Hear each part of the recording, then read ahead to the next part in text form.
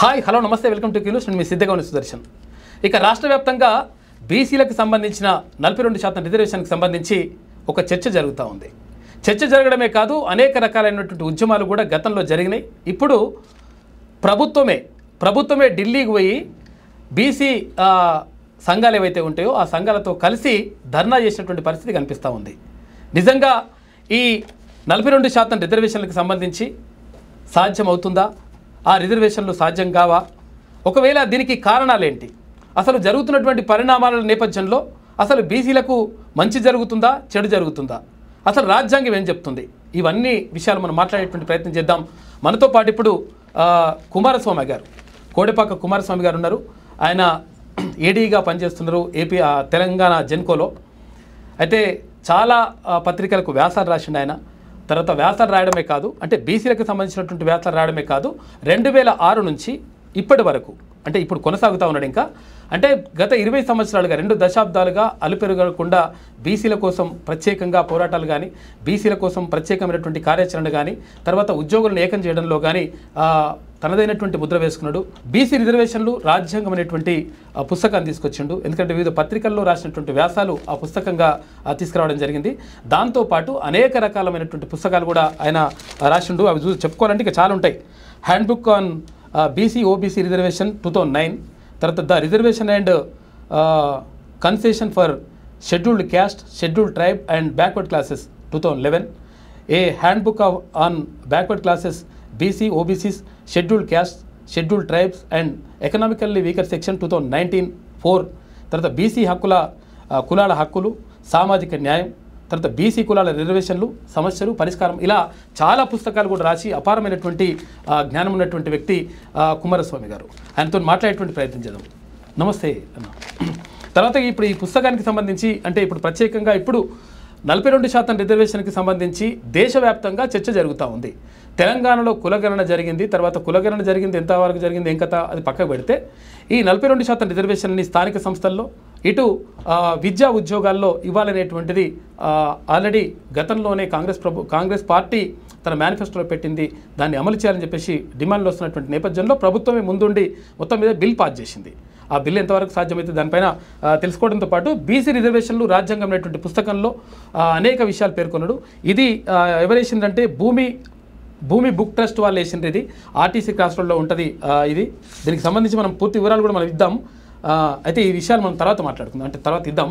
అయితే బీసీ రిజర్వేషన్లకు సంబంధించి మనం మాట్లాడుకునే ముందుగా 42% రిజర్వేషన్కి సంబంధించి మొత్తం కూడా రాష్ట్ర వ్యాప్తంగా లేదంటే దేశవ్యాప్తంగా కూడా చర్చ జరుగుతూ ఉంది. ఎందుకంటే గతంలో ఇక్కడ బీహార్లో 63% మంది, అంటే అక్కడ 64% బీసీ రిజర్వేషన్లు అని చెప్తే అక్కడ హైకోర్టు కొట్టేసింది. ఈ నేపథ్యంలో 42% రిజర్వేషన్ బీసీలకి ఇక్కడ సాధ్యమేనా కాదా? రైట్. ముందుగా మొత్తానికి తెలంగాణ రాష్ట్రంలో ఒక కొత్త ఒరవడిలో ప్రజాస్వామికబద్ధంగా రాజ్యాంగం ఎదుర్కొంటూ మనకు గౌరవనీయులు తిన్మార్ మల్లన్న గారు, మరి ప్రియమైన మిత్రుడు సుదర్శన్, మరియు వాళ్ళ యొక్క సభ్యులు, ఈ క్యూన్యూస్లో పనిచేస్తున్నటువంటి సిబ్బంది అందరూ కూడా ముందుగా తెలంగాణ విద్యుత్ బీసీ ఉద్యోగుల సంక్షేమ సంఘం తరఫున ప్రత్యేకంగా ధన్యవాదాలు తెలియజేస్తూ, ఎందుకంటే ప్రజాస్వామికంగా చేస్తున్నటువంటి పోరాటాలే సక్సెస్ అయితే అనేది మనకు చరిత్ర చెప్తా ఉన్నది.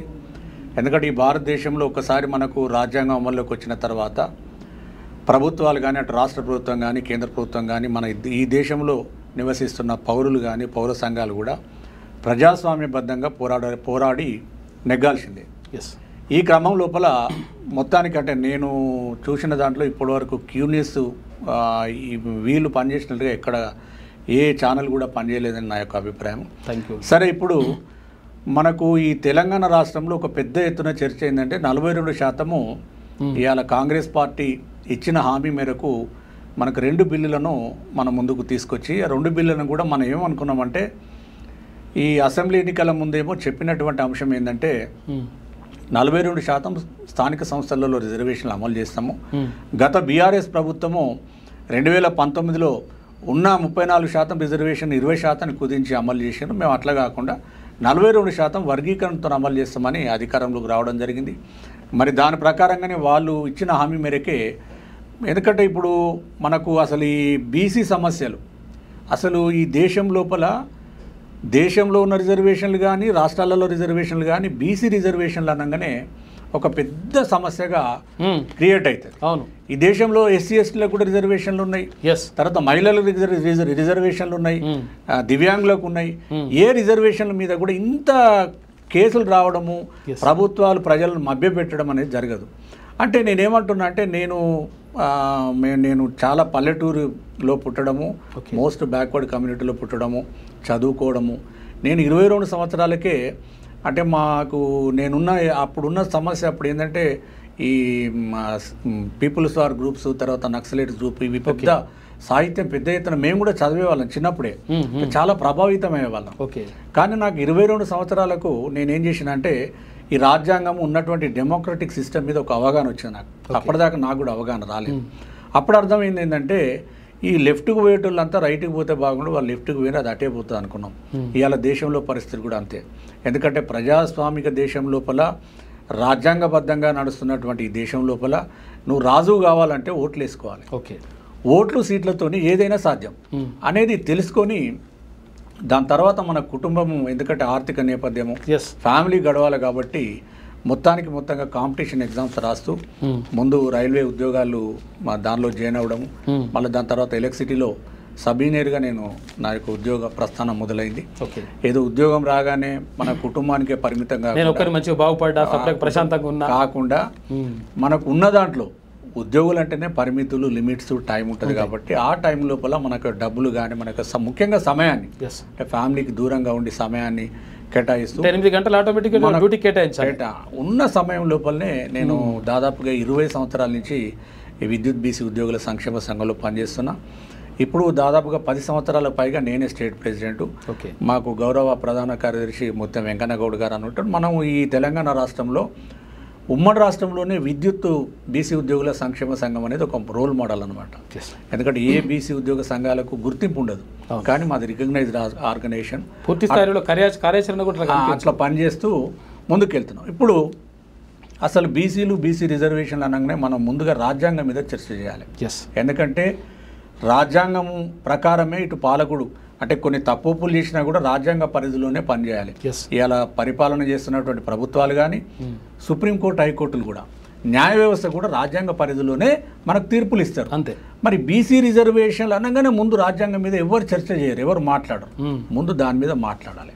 మొదటి అంశం ఏంటంటే అసలు మొట్టమొదట భారత రాజ్యాంగం రాసినప్పుడు ఈ బీసీ కులాలకు ఎట్లాంటి అధికారంలో ఎలాంటి హక్కులు లేవు, ఎటువంటి లేవు. గాలిలో దీపం ఒక ఆర్టికల్ 340 పెట్టింది. ఆ దీపం ఏం చెప్తుందంటే దేశవ్యాప్తంగా ఒక జాతీయ బీసీ కమిషన్ వేయాలి. ఆ బీసీ కమిషన్ నివేదికను రాష్ట్రపతికి సమర్పించాలి. రాష్ట్రపతి పార్లమెంట్కు పంపాలి. అమలు చేసేది మళ్ళీ వాళ్ళు చేయాలి. అంటే నాకు అర్థమైన, అంటే నేను చాలా పూర్తి స్థాయిలో పరిశోధన చేసి మాట్లాడుతున్నా, నాకు అర్థమైంది ఏంటంటే కుట్రపూరితంగా ఈ దేశం లోపల మెజార్టీ ప్రజలైన 50% ప్రజలకు విద్యా హక్కు, ఉద్యోగ హక్కు, సామాజిక న్యాయం, తర్వాత ఆర్థిక రంగంలో, రాజకీయ రంగంలో ముఖ్యంగా ప్రధానంగా 4 మనం ఎలిమెంట్స్ తీసుకుందాం. Education, employment, political, economic. ఈ 4 అంశాల మీద పుట్టుకతో రావాల్సినటువంటి హక్కులకు దూరం చేస్తూ రాజ్యాంగ రచన జరిగింది. ఇంకా రాజ్యాంగంలో ఎలాంటి ఆర్టికల్ లేవంటే వీనికి ఏముండదు. ఇక ఒక ఎస్సీ ఎస్టీలకు మాత్రము proportionate to the population, proportionate to representation, అంటే వాళ్ళకి జనాభా దామాషా పద్ధతిలో రిజర్వేషన్ వాళ్ళకంతా. అంటే అధికారంలో ఎవడున్నా ఎవడు లేకున్నా, అంటే వాళ్ళకి ప్రత్యేకంగా ఉద్యమాలు కొట్లాడాల్సిన అవసరం లేదు. వాళ్ళ కోట ఎంతో వాళ్ళకు రాజకీయ రంగం కానీ, విద్యారంగం కానీ, ముఖ్యంగా ఆర్థిక రంగం అనేది చాలా ఇంపార్టెంట్. ఎందుకంటే ఈ దేశంలో, భారతదేశంలో ట్యాక్సులు కడుతున్నది కూడా మెజారిటీ ప్రజలు 50%. రాష్ట్రంలో కడుతున్నది కూడా వీళ్ళే. కానీ ఆర్థిక సంపద మీద మనకు ఎలాంటి హక్కు లేకుండా పోయింది. అందుకే ఇవాళ బీసీ కులాలలో పుట్టిన పిల్లలు వాళ్ళకు స్కాలర్షిప్ రియంబర్స్మెంట్ టైంకు రాదు, స్కాలర్షిప్ టైంకు రాదు. ఎందుకు రాదే అంటే రాజ్యాంగంలో ఉన్న ప్రాబ్లం. ఏదైనా కొట్లాడాలి. ఎవడు కొట్లాడాలి? ఈ పరిస్థితులలో వీళ్ళకు రావడం జరిగింది. ఏదేమైనా మొట్టమొదటిసారి తమిళనాడులో అప్పటికే ద్రవిడియన్ మూమెంట్ పెద్ద ఎత్తున పెరియార్ రామస్వామి వాళ్ళు బ్రాహ్మణిజానికి వ్యతిరేకంగా, మూఢాచారాలకు వ్యతిరేకంగా పెద్ద ఎత్తున ఉద్యమం చేసి ఆ ఉద్యమం పొలిటికల్ టర్న్ తీసుకున్నది, సక్సెస్ అయింది. అక్కడ పొలిటికల్ టర్న్ తీసుకున్నాక ఇప్పుడు రాజ్యాధికారమే వాళ్ళ చేతులు ఉన్నది. ఎస్. అయితే ఈ రాజ్యాంగం అమల్లో ఎప్పుడు వచ్చిందంటే మనకు 1950 జనవరి 26 రోజు మనకు రాజ్యాంగం అమల్లోకి వచ్చింది. రాగానే ప్రధానంగా తమిళనాడులో పెద్ద ఎత్తున ఒక మూమెంట్ జరిగింది, ఒక ప్రొసెషన్ తీశారు. భారత రాజ్యాంగంలో బీసీ కులాలకు ఎలాంటి హక్కులు కల్పించలేదు, ఇదేం రాజ్యాంగం అసలు. ఇప్పుడు భారతదేశం అంటేనే కులం, కులం అంటేనే భారతదేశం. నిజంగా ఈ రాజ్యాంగానికి కులాన్ని నిర్మూలించాలనేది మన అంతిమ లక్ష్యం అని అనుకుంటే మరి కులాన్ని ఎందుకు నిషేధించలేదు? ఇప్పుడు స్కూల్లో చదువుకుంటప్పుడే ఫస్ట్ పిల్లగాడిని జాయిన్ చేసినప్పుడే నీ క్యాస్ట్ ఏంది, సబ్ క్యాస్ట్ ఏంది, తర్వాత రిజర్వేషన్ ఏందని అడుగుతారు. అది అడుగుతారు. అయితే కులాన్ని నిషేధించలేదు, అంటరాంతనాన్ని నిషేధించింది. కానీ కులాన్ని నిషేధించకపోవడం కూడా ఒక కుట్రే అని ఆనాడు పెరియార్ రామస్వామి 1957లో రాజ్యాంగాన్ని ఒక 10,000 కాపీలను మద్రాసులో తగలబెట్టిండు. 6 నెలలు జైలు కూడా పోయొచ్చిండు. అంటే ఆయన చెప్పింది ఏంటంటే ఈ దేశంలో ఉన్న మెజారిటీ ప్రజలకు అసలు హక్కులు లేకుంటుంది కదా రాజ్యాంగం, అన్యాయం ఇది. మరి ఈ దేశం కులరహిత సమాజం కావాలని చెప్తున్నప్పుడు ఈ రాజ్యాంగంలో కులాన్ని ఎందుకు నిషేధించలేదు? మనం ఇటీవల చూస్తున్నాం, అమెరికాలో కూడా ఈ మధ్య కాలంలో ఈ కులపిచ్చి ఇక్కడి నుంచి మళ్ళీ అక్కడ ట్రాన్స్ఫర్ అయిపోయి అక్కడ రాష్ట్ర ప్రభుత్వాలు కూడా నిషేధిస్తున్నాయి. అంటే అంత ప్రమాదకరమైనటువంటి కాస్ట్ సిస్టమ్, దాన్ని నిషేధించకుండా రాజ్యాంగాన్ని తీసుకొచ్చారు. అయితే 1950లో ఈ తమిళనాడు ఉద్యమము, తర్వాత దేశవ్యాప్తంగా ఉన్నటువంటి ఆనాడున్న బీసీ నాయకులు పెద్ద ఎత్తున గలం వినిపించారు. అందుకే మొట్టమొదటి రాజ్యాంగ సవరణ 1951లో వచ్చింది. అది ఆర్టికల్ 15(4)ను చేర్చి ఈ రాష్ట్ర ప్రభుత్వాలకు అధికారాలు ఇచ్చింది. అంటే బీసీలకు విద్యా ఉద్యోగాలలో రిజర్వేషన్ పెట్టాలంటే రాష్ట్ర ప్రభుత్వాలకు అధికారం తీసుకోవచ్చు. కానీ ఇప్పుడు రాజ్యాంగం ఏం చెప్తున్నది? బీసీలు అంటే ఎవడు? Social and educational backward classes, కులాలు కాదు, ఇక్కడ తరగతులు. అయితే ఈ రాష్ట్ర ప్రభుత్వాలు దేశవ్యాప్తంగా ఉన్న రాష్ట్రాలు ఏం చేసినాయంటే ఇగో ఈ బీసీ జాబితా లిస్ట్ ఇది, వీళ్ళకి 20%, 10%, 30% రిజర్వేషన్ పెడతామని జియో ఇస్తారు. ఇయగానే అది హైకోర్టులో ఛాలెంజ్ చేస్తారు. హైకోర్టు ఏం చెప్తుంది? అరే నువ్వు ఇది social and education backward classes అయ్యా, నువ్వు కులాలను కలుపుతూ రిజర్వేషన్ అంటున్నావు తప్పు కదా అని వాడు అంటాడు. అసలు క్లాస్ ఎవడో తెలుస్తలేదు ఇక్కడ. ఈ క్లాస్ ఎవడు, ఈ క్లాస్ ఏంది? షెడ్యూల్డ్ కాస్ట్స్ ఏమో షెడ్యూల్డ్ కాస్ట్స్ అన్నాడు. షెడ్యూల్డ్ చేయబడినటువంటి కులాలు, అంటే ఆ కులాలకు అస్తిత్వం గుర్తింపు రాజ్యాంగ ప్రకారం ఉన్నది. షెడ్యూల్డ్ ట్రైబ్స్, షెడ్యూల్డ్ తెగలు, వీళ్ళకి వచ్చేవారికి గోవింద సోషల్ అండ్ ఎడ్యుకేషన్లో బ్యాక్వర్డ్ క్లాసెస్ అన్నాడు. అంతే. అంటే అప్పర్ క్యాస్ట్ వాడు కూడా నేను ఈ క్లాసే, వెనుకబడిన క్లాసే అంటున్నాడు. అంటే ఇప్పుడు ఈడబ్ల్యూఎస్ కానీ అంత ప్రమాదకరంగా ఒక పెద్ద డిబేట్ అన్నమాట. మనకి ఇంత ఈజీగా అర్థం కాదు ఇది, జనాలకు సామాన్య ప్రజలకైతే అసలే అర్థం కాదు, విద్యార్థులకు కూడా అర్థం కాదు. ఏమంటే ఇంత లోతైన విశ్లేషణ ఎందుకు చెప్తున్నా అంటే భారత రాజ్యాంగాన్ని తర్వాత 1900 ఇప్పుడు మద్రాసులో కమ్యూనల్ అవార్డు ఉండేది. మెడికల్ సీట్లలో 14 సీట్లు ఉండేది. 14 సీట్లకు 14 రిజర్వేషన్ ఆడ. ఎందుకంటే అక్కడ జస్టిస్ పార్టీ కొట్లాడి బ్రిటిష్ ప్రభుత్వంతోనే కమ్యూనల్ అవార్డు తీసుకొచ్చాను. ఆ విషయంలో ఏమైందంటే ఈ అందులో ఎవరెవరు రిజర్వేషన్లు, బ్రాహ్మణులకు కూడా రిజర్వేషన్ ఉంది, ముస్లింలకు ఉన్నది, ఆంగ్లో ఇండియన్స్కి ఉన్నది, షెడ్యూల్ కాస్ట్ వాళ్ళకు ఉన్నది, బీసీలకు ఉన్నది, పర్షన్స్ కూడా ఉంది. అందరికి రిజర్వేషన్. 14 సీట్లు మెడికల్ సీట్లు ఎవరికి పోవాలో వాళ్ళకి పోయేది. అది ఎప్పుడైతే రాజ్యాంగం అమల్లోకి వచ్చిన తర్వాత ఆ కమ్యూనల్ అవార్డుని అక్కడ ఛాలెంజ్ చేసిండ్రు మద్రాస్ హైకోర్టులో. Srimathi Champakam Dorairajan versus state of Madras case title.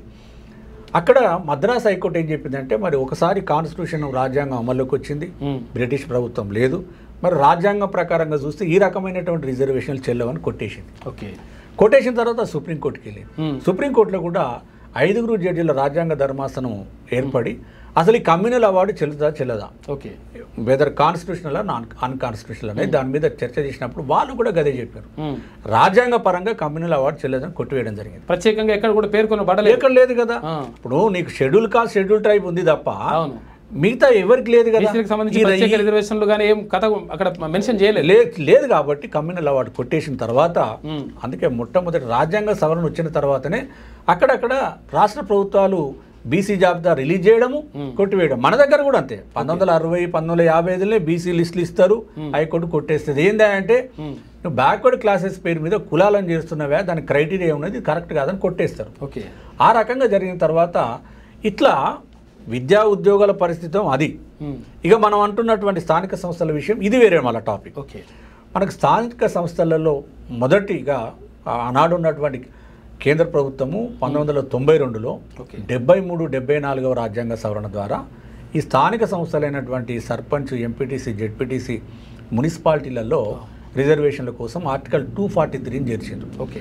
ఆ 243 ప్రకారం ఏం చెప్తున్నదంటే షెడ్యూల్డ్ కాస్ట్ షెడ్యూల్ ట్రైబ్కి ఏమో జనాభా దామాషా పద్ధతిలో కోటా, ఓకే, ఉమెన్స్కి ఏమో 33.33%. చాలా స్పష్టంగా చెప్పింది కాన్స్టిట్యూషన్. ఓకే. బ్యాక్వర్డ్ క్లాసెస్ వచ్చే వారికి ఏమన్నాడు, బ్యాక్వర్డ్ క్లాస్ సిటిజన్స్ అన్నాడు. అంటే వెనుకబడిన తరగతుల పౌరులు అంతే. ఓకే. కులం కాదు మళ్ళీ ఇక్కడ. విద్యా ఉద్యోగాలలోనేమో social and educational backward classes. Okay. ఇటు స్థానిక సంస్థలకు వచ్చేవరకే బ్యాక్వర్డ్ క్లాస్ సిటిజన్స్ అన్నారు. అంటే అంత ప్రమాదకరంగా రాజ్యాంగ రచనలో అన్యాయం జరిగింది, తర్వాత జరిగిన సవరణలైనా ఇది సరి చేయలేదు. ఓకే. మళ్ళీ ఎంత చెప్పాలో చెప్పలే, రిజర్వేషన్ వీళ్ళకి ఎంత ఉండాలో చెప్పలే, ఉండాలి ఏం కథ. ఇప్పుడు ఎస్సీలకు ఎస్టీలకు సంబంధించి వాళ్ళు ఎంత ఉన్నారో వాళ్ళకి అంత వాటా ఇవ్వాలి. అది ఖచ్చితంగా నిర్ణయం తీసుకోవాల్సిందే. మహిళలకు 33.33%, అంటే 1/3 పొజిషన్. ఓకే. చాలా స్పష్టంగా చెప్పింది. కాబట్టి వాళ్ళ రిజర్వేషన్లు సుప్రీంకోర్టు కాదు, హైకోర్టు కాదు, ఎవరు టచ్ చేసే పరిస్థితే లేదు. ఇవాళ అధికారంలో ఏ పార్టీ ఉన్నా వాళ్ళ కోటా ఇవ్వాల్సి పోతున్నది. రిజర్వేషన్ అనేది హక్కు.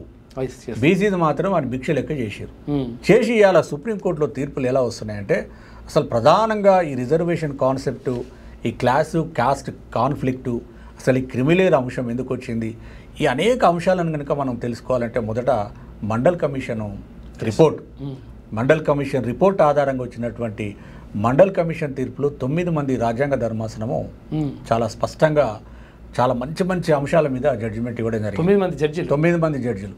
ఎందుకంటే కేంద్ర ప్రభుత్వం ఆనాడు 1990లో విపి సింగ్ ప్రభుత్వం, జనతాదళ ప్రభుత్వం, కేంద్ర ప్రభుత్వ ఉద్యోగాలలో అప్పటికి లేదు. 90 దాకా రిజర్వేషన్ లేవు బీసీలకు. అసలు బీసీలకు ప్రత్యేక రిజర్వేషన్ లేదు 90 వరకు లేదు. అందుకే ఎప్పుడైతే ప్రైవేటీకరణ స్టార్ట్ అయిందో, ఇప్పుడు పివి నరసింహరావు పుణ్యమా అని గ్లోబలైజేషన్, ఆదాయేషన్, ఈయేషన్ అని చెప్తారు కదా, సరళీకృత విధానాలు అది ఇది అని చెప్పిర్రా, అక్కడి దాకా బీసీలకు కోటా లేదు. అందుకే ఇవాళ మన కేంద్ర ప్రభుత్వంలో కనుక మన బీసీల రిప్రజెంటేషన్ కోటా చూసినట్లయితే 21% మాత్రమే ఉన్నారు ఎంప్లాయీస్. అది కూడా అటెండర్ నుంచి ఐఏఎస్ అధికారి దాకా లెక్క తీస్తే 21% మాత్రమే ఉన్నారు. నేను చెప్తున్నది కాదు, ప్రభుత్వం చెప్తున్నటువంటి లెక్కనే, గవర్నమెంట్ డేటా చెప్తున్నాను. అయితే ఈ మండల్ కమిషన్ తీర్పులో 9 మంది రాజ్యాంగ ధర్మాసనం ఏం చెప్పిందంటే సోషల్ అండ్ ఎడ్యుకేషనల్ బ్యాక్వర్డ్ క్లాసెస్కు కేంద్ర ప్రభుత్వ ఉద్యోగాలలో ఈ ఓబీసీ రిజర్వేషన్ 27% ఇవ్వచ్చు అంటే ఇవ్వచ్చు అని చెప్పింది. ఓకే. చెప్తూ ఏం చెప్పిందంటే ఈ రిజర్వేషన్లు అనేది కులాల పరంగా ఇచ్చినవి కాదు, తరగతుల పరంగా, వర్గాల పరంగా ఇచ్చిన రిజర్వేషన్ కాబట్టి ఆయా తరగతులలో, ఆ కులాలలో ఎవరైతే సోషల్లీ అడ్వాన్స్డ్ పర్సన్స్, అంటే సామాజికంగా వృద్ధి చెందిన వాళ్ళు ఎవరైనా ఉన్నట్లయితే దాని మీద క్రిమిలేరు ఎక్స్పర్ట్ కమిటీ వేయమని చెప్పింది. High level expert committee, India లెవెల్లో కమిటీ వేసి 3 నెలల్లో వాళ్ళని నిర్ధారించి వాళ్ళను రిజర్వేషన్ నుంచి తొలగించి మిగతా బీసీ వాళ్లకు రిజర్వేషన్ అమలు చేయాలని చెప్పింది. అందుకే అక్కడ క్రిమిలేర్ సమస్య. ఎందుకంటే జస్టిస్ రామనందన్ అనేది జస్టిస్ గారి వేసినటువంటి కమిటీ, ఆ కమిటీ ద్వారా బీసీలలో నాన్ క్రిమిలేర్ పెట్టిరు. అందుకే ఇప్పుడు మీరు ఏ అప్లికేషన్ చేసినా ఓబీసీ నాన్ క్రిమిలేర్ అడుగుతారు, బీసీలో నాన్ క్రిమిలేర్ అని అప్లై చేయాలి. ఇన్ని అంటే సంవత్సరానికి ఇంత ఆదాయం కంటే ఎక్కువ ఉంటే క్రిమినల్. మళ్ళీ అక్కడ వేరే సమస్య ఉంది. ఒక ఆదాయమే కాదు, 6 క్రైటీరియాలు ఉన్నాయి. చాలా మందికి తెలియదు. చాలా మంది ఆదాయం ఒక్కటే తెలుసు 8 లక్షలు. ఇప్పుడు ఆ ప్రభుత్వం ఇచ్చినటువంటి 1993లో ఇచ్చిన జీవో, కేంద్ర ప్రభుత్వం ఇచ్చింది, 6 క్రైటీరియాలు పెట్టింది. క్రిమిలేయర్స్ ఎవరు క్రిమిలేయర్ అవుతారు అసలు ఆ రోజు నిజంగా మీరు 10 పేజీలే ఉంటుంది. అది జస్టిస్ రామానందన్ ఇచ్చిన చాలా ఎక్స్ట్రాడనరీ ఎక్స్పర్ట్గా ఇచ్చిన, సైంటిఫిక్గా ఇచ్చిండు. ఒక పర్సన్ క్రిమిలేయరా కాదా అంటే మీ యొక్క తల్లిదండ్రి చూడమంటాడు, మీది కాదు. పర్సన్ ఇట్ సెల్ఫ్ ఐఏఎస్ అధికారి అయినా అతను నాన్ క్రిమిలేయరే, వాళ్ళ తల్లిదండ్రులు చూడాలని చెప్తున్నాడు.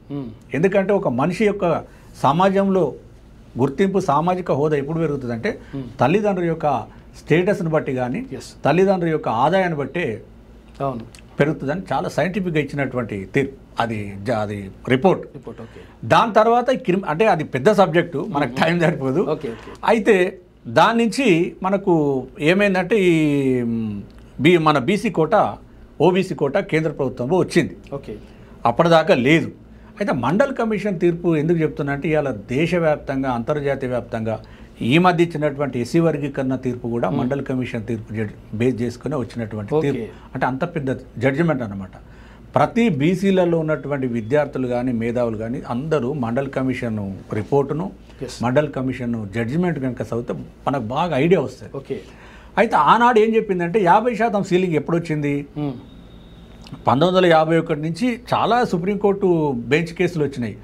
ఇది state of Madras versus Champakam Dorairajan కానీ, స్టేట్ ఆఫ్ మైసూరు కానీ, లేదా రంగాచారి కానీ, బలరాం కానీ, చిత్రలేఖ, చాలా కేసులలో ఏం చెప్పిందంటే 50% సీలింగ్ దాటొద్దు. కాదు, ఇప్పుడు 50% రిజర్వేషన్ దాటొద్దు సీలింగ్ ఇట్లా అనేది రాజ్యాంగంలో ఎక్కడ లేదు. రాజ్యాంగం ఉందా ఎక్కడ? రాజ్యాంగంలో ఎక్కడ లేదు. రాజ్యాంగం లేకుండా మరి ఎట్లా పెట్టిర్రు? అదే ఎవరు పెట్టిండ్రన్నట్టు అది హైకోర్టు సుప్రీంకోర్టులో పెట్టినాయి. ఓకే. రాజ్యాంగం వాళ్ళు పెట్టిన ఉద్దేశం ఏంది? ఓపెన్ కాంపిటీషన్లు కూడా అందరు రావాలని పెట్టిరు, కానీ అది మనం అందుకోలేం కదా. అసలు పోటీ అనేది ఎవరి మధ్య ఉండాలి? సమానుల మధ్య ఉండాలి. కానీ ఇలా కాంపిటీషన్ ఎక్కడ అసమానతల మధ్య, అసమానత్వం ఉన్నటువంటి మధ్య పోటీ జరుగుతుంటే రిజర్వేషన్ ఆయనకు తర్వాత ఒక మంచిగా ఆయనకు రన్నింగ్ పోటీ మంచిగా ఆయన గెలుస్తారు. అయితే వీటన్నిటికీ ఫుల్ స్టాప్ పెడుతూ మండల్ కమిషన్ తీర్పులో Indra Sawhney versus union of India కేసులో ఏం చెప్పిందంటే 50% సీలింగే ఉండాలి. వర్టికల్ రిజర్వేషన్ అంటే నిలువు రిజర్వేషన్. ఎస్సీ ఎస్టీ బీసీ కలిస్తే 50% ఉండాలి. కానీ ప్రత్యేకమైన పరిస్థితులు కనుక ఉన్నట్లయితే, క్వాంటిఫిబుల్ డేటా ఉన్నట్లయితే 50% సీలింగ్ అనేది అడ్డు కాదని కూడా చెప్పడం జరిగింది. చెప్పారు. అంటే ఇవాళ రాష్ట్ర ప్రభుత్వం కానీ కేంద్ర ప్రభుత్వం యొక్క ముందున్న పరిస్థితి ఏంది? ప్రాతినిధ్యం లేదని చూపించగలగాలి. ఆ లెక్కలు తీసి చూపించగలగాలి. చూపిస్తే కోర్టులు ఒప్పుకుంటాయి. ఓకే. ఎందుకంటే ఇవాళ రిజర్వేషన్లు ఇప్పుడు మన బీసీ రిజర్వేషన్ల పరిస్థితి ఏమున్నది? మనకి నిచ్చెన మెట్ల కుల వ్యవస్థ లోపల ఈ మన వర్ణ వ్యవస్థ మనం చూసినట్లయితే మొత్తం హిందువుల జనాభా 50% కంటే మించే ఉన్నది. ఇలా ప్రభుత్వము మనకు లెక్కలు తీయకపోయినా 50% ఖచ్చితంగా ఉన్నారు. ఈ 50% యొక్క హిందూ బీసీలే ఇప్పుడు వాళ్ళు ప్రభుత్వం చెప్తున్నట్టుగా 56.33 అనేది ముస్లింలను కలుపుకుంటే కాదు. ఓకే. దేశం ఆనాడు మండల్ కమిషన్ రిపోర్ట్లోనే 52% చెప్పిండ్రు. ఓకే. మన దగ్గర వచ్చినటువంటి అనంతరామన్ కమిషన్ కానీ, తర్వాత మురళీధరరావు కమిషన్ కానీ, ఈ మధ్య వచ్చి మీరు దేశంలో ఏ రిపోర్ట్ అన్నా చూడండి, మినిమం 50% హిందూ కులాలున్నాయి. ఎందుకు చెప్తున్నా అంటే ఇవాళ హిందువులు ఈ బీసీ రిజర్వేషన్ల పరిస్థితి ఎందుకు ఇంత వివాదాస్పదం అవుతుందంటే రాజ్యాంగంలో స్పష్టత లేదు ఒకటి. తర్వాత మనం హిందూ సమాజం అంతా మనం పూజలు చేయాలన్నా, పెళ్ళిళ్ళు చేసుకోవాలన్నా, ఏ అపశుభకార్యమైనా శుభకార్యమైనా ఏ చేయాలన్నా మనం ఎవరి దగ్గరికి పోతాం? బ్రాహ్మణుడి దగ్గర. అంటే వీళ్ళ యొక్క సాంప్రదాయాలు, కట్టుబాట్లు అన్నీ కూడా బ్రాహ్మణ్ చేతిలో ఉన్నాయి. ఇవాళ బీసీల బతుకులు కూడా న్యాయస్థానాలలో ఉన్నాయి. వాళ్ళు ఇవ్వాలనుకుంటే ఇస్తారు, లేదనుకుంటే లేదు. ఇదే మండల్ కమిషన్ జడ్జిమెంట్ అప్పుడు సుప్రీంకోర్టులో జరిగిన వాదనలలో అప్పుడు విపి సింగ్ ప్రభుత్వం, జనతాదళ్ ప్రభుత్వం ఉండే, కమండల్కు ఉద్యమాలు జరిగి బీజేపీ వాళ్ళకు సపోర్ట్ తీసేసుకొని ప్రభుత్వం పడిపోయింది. కమండల్ యాత్ర చేసిండ్రు, ప్రభుత్వం పడిపోయింది. మళ్ళీ కాంగ్రెస్ పార్టీ అధికారంలో వచ్చింది. రాగానే అప్పుడు ఆనాడు పివి నరసింహ గారు ఏం చేశారంటే ఈబీసీ తీసుకొచ్చిండు. ఎకనామికల్లీ బ్యాక్వర్డ్ క్లాస్ అని 10% రిజర్వేషన్ తీసుకొచ్చింది. ఈ ఓబీసీ రిజర్వేషన్లు 27%, 10% ఈబీసీ మీదనే మనకు చర్చ జరిగింది. సుప్రీంకోర్టులో విచారణ జరిగినాక సుప్రీంకోర్టు ఓబీసీని ఆమోదించింది, ఈబీసీని కొట్టేసింది. ఎందుకంటే ఈబీసీలకు విద్యా ఉద్యోగాలలో రిజర్వేషన్లు ఇవ్వాలని ఎలాంటి ప్రొవిజన్స్ కాన్స్టిట్యూషన్లో లేవు. అందుకే ఇవాళ బీజేపీ ప్రభుత్వం పుణ్యమా, మోడీ గారి పుణ్యమా అని 103వ రాజ్యాంగ సవరణ తీసుకొచ్చి కాన్స్టిట్యూషన్లో 2 ఆర్టికల్స్ 15(6), 16(6) 2 పెట్టించేసి మళ్ళీ సుప్రీంకోర్టు కూడా ఆమోదం అయిపోయింది. అంటే మ్యాక్సిమం 10% అన్నారు, 10% కాదు. కానీ దేశం మొత్తం కూడా 10%, అది కూడా 50%లో ఓపెన్లో అట్లా ఓపెన్. అది మధ్యప్రదేశ్లో ఒక జడ్జిమెంట్ తీర్పు వచ్చింది. ఇంకా అది అప్పీల్లో ఉంది. అది చాలా మంచి ఇంటర్ప్రిట్ చేసిన లాని.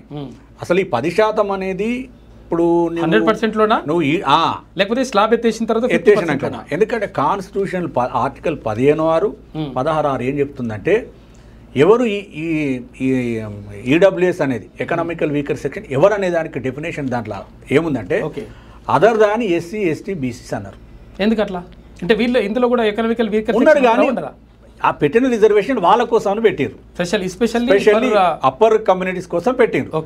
అయితే మధ్యప్రదేశ్ ఇచ్చినటువంటి ఒక మంచి ఆర్డర్ వచ్చింది. అది జడ్జి గారు అక్కడ ఏం చెప్పిందంటే, అరే నువ్వు నోటిఫికేషన్ ఇచ్చిన దాంట్లో 100 పోస్టులు నోటిఫై చేసినావు, 100లో 10% పెట్టకు, ఎందుకంటే నువ్వు రాజ్యాంగంలోనే ఎస్సీ ఎస్టీ బీసీలు కాని జనాలకు ఇస్తున్నావు కదా. అవును. కాబట్టి ఎస్సీ ఎస్టీ బీసీలకు నోటిఫై అయిన వేకెన్సీలను మైనస్ చేసి ఆ 50% పక్కన పెట్టి మిగతా పోస్టులలో 10% వేసుకోమని మనం చెప్పాం. 50లో 10% అంటే 5% వస్తుంది. ఎంతనన్నా రాని. ఓకే. ఆయన లా కరెక్ట్ గా చెప్పాడు. అప్ టు 10% ఇంకా అది కూడా. అది ఓకే. నువ్వు 10% దాటనీకి వీల్లేదు. ఓకే. ఆ 10% లోపల కూడా ఇళ్ళకెళ్ళి తీయాలనే చెప్పిండు. ఎస్. అది ఇప్పుడు అప్పీల్ క్లారిటీ ఇచ్చిండు ఆయన. క్లారిటీ ఇచ్చిండు. చాలా బాగుంది. అది ఒక 5 పేజీలు ఉంటుంది తీర్పు. అది చాలా బ్రహ్మాండమైన ఇంటర్ప్రిటేషన్ చేసిండు. లాని ఎంత ఫైన్ గా చెప్పిండంటే, నువ్వు రాజ్యాంగంలో ఈడబ్ల్యూఎస్ అంటే ఎవరు అని చెప్తున్నావు? ఎస్సీ ఎస్టీ బీసీలు కాని వాళ్ళు. ఓకే. మరి ఎస్సీ ఎస్టీ బీసీలకు కేటాయించిన పోస్టులను దీనిలో ఎట్లా కలుపుతావు? ఎస్. ఆ పోస్టులను తీసివేసి ఎన్ని పోస్టులు ఉంటే అందులో 10% పెట్టుకోమని చెప్పిండు. అట్లా అది అది వేరే సబ్జెక్ట్. సరే, ఇక్కడ దాటుతుంది కదా మరి ఒకవేళ అంటే ఇప్పుడు అట్లా కూడా అయితే సుప్రీంకోర్టు చెప్పింది ఏంటంటే, ఎస్సీ ఎస్టీ బీసీ రిజర్వేషన్లు ఏమో ఆర్టికల్ 15(4), ఆర్టికల్ 16(4) ద్వారా వస్తున్నాయి. ఓకే. ఈ రిజర్వేషన్లో మాత్రమే 50% సీలింగ్ వర్తిస్తుంది, వాళ్ళకు వర్తించదని చెప్పింది. మొన్న ఇచ్చినటువంటి ఈడబ్ల్యూఎస్ కోటాలో సుప్రీంకోర్టు కూడా అది కూడా చెప్పేసి అందరూ సమానమే, వీళ్ళు కొంత ఎక్కువ సమానం అది అట్లా ఇంటర్ప్రిట్ చేసి దాన్ని వాళ్ళ వేరు చేసేసారు. ఇక 50% పంచాయతీలో బీసీలు నష్టపోతున్నారు, బీసీలకు అన్యాయం జరుగుతుంది. అయితే ఇక్కడ స్థానిక సంస్థలకు సంబంధించి మనం అక్కడ టాపిక్లో ఉన్నాం కదా. అయితే స్థానిక సంస్థలలో ఈ రాజ్యాంగ సవరణ జరగడము, మనకు ఆనాడు మనకు ఉమ్మడి రాష్ట్రంలో టీడీపీ ఎన్టీ రామారావు గారు ప్రభుత్వంలో ఉన్నారు. వాళ్ళు ఇమీడియట్గా ఇక్కడ 34% రిజర్వేషన్లను తీసుకురావడం జరిగింది. ఎందుకంటే జనాభా 50% ఉన్నప్పటికీ సరే వారు ఒక రకంగా మంచిగా చేశాను అనుకో. విద్యా ఉద్యోగాలలో 20% ఉన్నప్పటికీ స్థానిక సంస్థలలో 34% పెట్టి, అంటే అక్కడ వర్గీకరణ మాత్రం పెట్టలేదు. వర్గీకరణ పెట్టకపోతే ఇంకొక సమస్య అవుతుంది బీసీలలో. ఇప్పుడు బీసీ కులాలు అందరూ సమానం కాదు. అప్పర్ బీసీలు ఉన్నారు, మిడిల్ బీసీలు ఉన్నారు, లోయర్ బీసీలు ఉన్నారు, ఎంబీసీలు ఉన్నారు, సంచార జాతులు, అర్ధ ఇక్కడ కూడా గందరగోళమైన పరిస్థితి. విద్యా ఉద్యోగాలలో ఏ విధంగానైతే వర్గీకరణ ఉందో ఆనాడే పెడితే పంచాయతీ వేది, అది పెట్టలేదు. ఇక్కడ ఏమైందంటే 1994 తర్వాత దేశవ్యాప్తంగా ఈ స్థానిక సంస్థలలో బీసీ కోట పెట్టిండ్రు, మన రాష్ట్రంలో కూడా పెట్టిండ్రు. మళ్ళీ దీని మీద ఒక ప్రధానమైనటువంటి చర్చ ఎక్కడ జరిగిందంటే, మన కర్ణాటక స్థానిక సంస్థల ఎలక్షన్ సంబంధించి దాని సుప్రీంకోర్టులో రాజ్యాంగ ధర్మాసనము 2010లో ఒక మంచి జడ్జిమెంట్ వచ్చింది. స్థానిక సంస్థలలో బీసీ కోటా మీదనే. ఎందుకంటే ఏమి ఇవ్వాలి, అసలు ఏంది, అసలు 50% దాటుతున్నారు కదా. ఇప్పుడు ఏ రాష్ట్రమైనా 30% ఇస్తున్నారు, 50 దాటిపోతాను ఎట్లా అనేది అది సుప్రీంకోర్టులో ఈ K Krishnamurthy versus union of India 5 జడ్జీల రాజ్యాంగ ధర్మాసనం ఏం చెప్పిందంటే, వాళ్ళు ఈ బీసీ కోటా పెట్టాలంటే ముందు బీసీలు ఎవరో తేల్చండి. ఎందుకంటే ఈ విద్యా ఉద్యోగాలలో ఉన్నటువంటి లిస్ట్నే తీసుకొచ్చి వాళ్ళే ఈ బీసీలు అంటే కుదరదు. అక్కడ విద్యా ఉద్యోగాలలో సోషల్ అండ్ ఎడ్యుకేషన్లో బ్యాక్వర్డ్ క్లాసెస్. మరి స్థానిక సంస్థలలో బ్యాక్వర్డ్ క్లాసెస్ సిటిజన్స్ అన్నాడు. వీళ్ళు వేరు, వాళ్ళు వేరే వచ్చింది. వాళ్ళని ఇక్కడ పెట్టొద్దు, ముందు వీళ్ళని ఎవరో కనుక్కో. అంటే ప్రత్యేకమైన ట్రిపుల్ టెస్ట్ ద్వారా పెట్టామన్నాడు. డెడికేటెడ్ కమిషన్ వేయాలి, బీసీ లెవెల్లో లెక్క కట్టాలి, మొత్తం రిజర్వేషన్ 50% దాటొద్దు. మళ్ళీ ఆడ లింక్ పెట్టేసాడు, అయిపోయాయిగా గోవింద అన్నమాట. అంటే ఇప్పుడు ఏమైపోయింది సరే. దాని తర్వాత మనకు 2012లో ఇక్కడ మన దగ్గర ఉమ్మడి రాష్ట్రంలో కూడా పంచాయతీ వచ్చింది. Nimmaka Jayaraj versus state of Andhra Pradesh. 2012లో స్థానిక సంస్థలకు నోటిఫికేషన్ ఇవ్వగానే అప్పుడు తెలంగాణ మూవ్మెంట్ జరుగుతుంది, పెద్ద ఎత్తున ఉద్యమం జరుగుతుంది. మరి స్థానిక సంస్థలకు ఎలక్షన్స్ ఆగాయి కదా. అవి పెడుతున్న క్రమం లోపల ఈ మళ్ళీ హైకోర్టులో కేసు వేసారు. ఎందుకంటే సుప్రీంకోర్టు 50% దాటొద్దు అంటుంది. ఇక్కడ 34% బీసీలకు, మళ్ళీ 21% ఎస్సీఎస్లకు వస్తుంది. అంటే ఇది 50% దాటిపోయింది కాబట్టి కొట్టేయాలని చెప్పేస్తే ఇవాళ హైకోర్టు కొట్టేసింది. ఆ రోజు కొట్టివేసినాక ఆనాడు ఉన్నటువంటి 2013లో అనుకుంటున్నా స్పెషల్ పిటిషన్ సుప్రీంకోర్టులో వేసుకున్నారు. అప్పుడు గవర్నమెంట్ సీరియస్గా పనిచేస్తుంది. అప్పుడు కూడా కాంగ్రెస్ ప్రభుత్వమే. మేము ఖచ్చితంగా 34% పెట్టుకోవాల్సిందే, హైకోర్టు మీద మేము స్టే ఇవ్వండి, మేము ఈ జనాభా కులగణన బీసీ లెక్కలు ఇవన్నీ కూడా మేము తర్వాత చేస్తామని చెప్తే సుప్రీంకోర్టు దాని మీద హైకోర్టు జడ్జిమెంట్ మీద స్టే ఇచ్చింది. స్టే ఇచ్చిన తర్వాత 2013లో ఎలక్షన్స్ జరిగినాయి, 34%తోనే జరిగినాయి. ఎస్ఎల్పి పెండింగే ఉండే అక్కడ. కానీ బీఆర్ఎస్ ప్రభుత్వం వచ్చిన తర్వాత 2012లో పోయి అక్కడ ఎస్ఎల్పి విత్డ్రా చేసుకొని ఆ రిజర్వేషన్ తగ్గించేసి ఎన్నికలకు పోవడం జరిగింది. 2019లో 2016 తర్వాత మన స్థానిక సంస్థలకు ఎలక్షన్స్ వచ్చినాయి. పోయిన తర్వాత ఇప్పుడు కాంగ్రెస్ ప్రభుత్వం అధికారంలోకి వచ్చిందే 42% రిజర్వేషన్లు వర్గీకరణతో కామారెడ్డి డిక్లరేషన్ ద్వారా వెళ్తామన్నారు. సరే, అది అందరూ బీసీ సమాజం కూడా స్వాగతించింది, మనం కూడా ఇప్పుడు స్వాగతించాల్సింది. ఎందుకంటే మనకు పని చేయడానికి ముందుకు వచ్చినటువంటి ప్రభుత్వాలను చేయాలి. సరే, వాళ్ళు రావడము, గవర్నమెంట్ ఒక ప్రత్యేకంగా జీవో వేయడము, ఆనాడు బీఆర్ఎస్ ప్రభుత్వం చేసిన సమగ్ర కుటుంబ సర్వే లెక్క కాకుండా ఇది ఒక పద్ధతి ప్రకారం అంటే అసలు యాక్చువల్ ఎవరెంతో పేర్కొనలేకపోవడం, వాళ్ళ అధికారంగా కూడా పబ్లిష్ చేయలే కదా, అఫీషియల్ గా బయట పెట్టలేదు. వీళ్ళు మాత్రం గవర్నమెంట్ జీవో ఇచ్చి ఒక సిస్టమ్ ప్రకారమే కులగణన జరిగింది. దాని లోపల కొంత సీరియస్ గా జరగలేదు అనేది బీసీ సంఘాలు, బీసీ కుల సంఘాలు అభియోగం, అది వాస్తవమే. సరే, ఏదేమైనా 47%గా ఈ హిందూ బీసీలు అని తేలింది. ముస్లింలతో కలిపితే 57%గా తేలింది. అంటే మనం లెక్క కట్టినా లెక్క కట్టకపోయినా 50% దాటి ఉన్నారు. 50% దాటిన జనాభాకు 42% ఇవ్వడం అనేది కరెక్టే. అయితే ఇక్కడ వచ్చినటువంటి సమస్య ఏంటంటే, నేను అనుకోవడము ఇవాళ కాంగ్రెస్ పార్టీ కానీ దేశంలో ఉన్న ఏ రాష్ట్ర ప్రభుత్వమైనా ఈ స్థానిక సంస్థలకు సంబంధించినటువంటి సీక్వెన్స్ ఆఫ్ జడ్జిమెంట్స్ ఉన్నాయి సుప్రీంకోర్టు. 2010లో Krishnamurthy versus union of India, 2021లో మహారాష్ట్ర కేసు వచ్చింది, Vikas Kishan Rao Gawali versus state of Maharashtra. Maharashtra వాళ్ళు ఏం చేశారంటే ఓబీసీ కోటా స్థానిక సంస్థలలో 27% పెట్టి ఎలక్షన్ నోటిఫికేషన్ ఇచ్చారు. ఇమీడియట్ అక్కడ నోటిఫికేషన్ ఛాలెంజ్ చేశారు, 50% దాటుతుంది అని. చేయగానే హైకోర్టు, అంటే అక్కడ మద్రాసు మన మహారాష్ట్ర హైకోర్టు కొట్టివేయడం జరిగింది. వాళ్ళు సుప్రీంకోర్టుకి వెళ్ళారు. సుప్రీంకోర్టుకి వెళ్ళిన తర్వాత సుప్రీంకోర్టులో ఇదే case Kishan Rao Gawali versus state of మహారాష్ట్రలో ఏం జరిగిందంటే, అక్కడ మహారాష్ట్ర ప్రభుత్వము సుప్రీంకోర్టుకు ఒక అప్పీల్ చేసింది. 2011లో కేంద్ర ప్రభుత్వము సామాజిక సోషియో ఎకనామిక్ సర్వే చేసింది. ఆ డేటా కనుక మా మహారాష్ట్ర సంబంధించినటువంటి ఆ డేటా మాకు ఇస్తే అందులో ఎంతమంది బీసీలు ఉన్నారని మేము సుప్రీంకోర్టుకు చెప్పుకుంటాము, ఆ డేటా ఇవ్వండి అని సుప్రీంకోర్టులో కేసు వేసింది. కేసు వేసిన సందర్భంలో అసలు కేంద్ర ప్రభుత్వం వేసినటువంటి అఫిడవిట్ చదివితే దేశమే బిత్తరపోయే పరిస్థితి. వాళ్ళు ఒక అఫిడవిట్ వేసింది. అంటే ఇది ఎందుకు వచ్చిందంటే, 2011లో కాస్ట్ సెన్సస్ జరిగింది మన దగ్గర, లాస్ట్ 2011. 2021లో జరగాలి కానీ కోవిడ్ వల్ల జరగలేదు, ఇంకా జరగలేదు. సెన్సెస్ జరిగింది, క్యాస్ట్ సెన్సెస్ పేర్కొనలేరు వాళ్ళు. కాస్ట్ కాదు, జనాభా లెక్కలు జరిగినాయి. సెన్సెస్ అనేది 2011 తర్వాత ఇంకా జరగలేదు.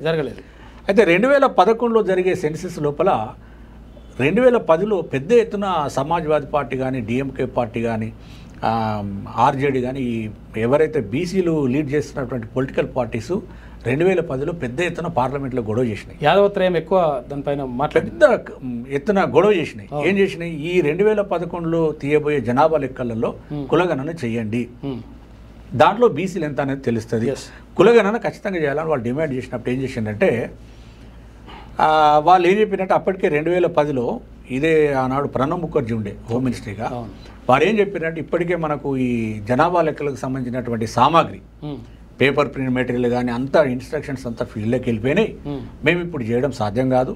ఈ జనాభా లెక్కల తర్వాత సోషియో ఎకనామిక్ సర్వే మేము చేస్తాము, డేటాబేస్ ఎలక్ట్రానిక్ చేస్తామని చెప్పి చేసిండ్రు. ఆ డేటా బయట పెట్టలేదు.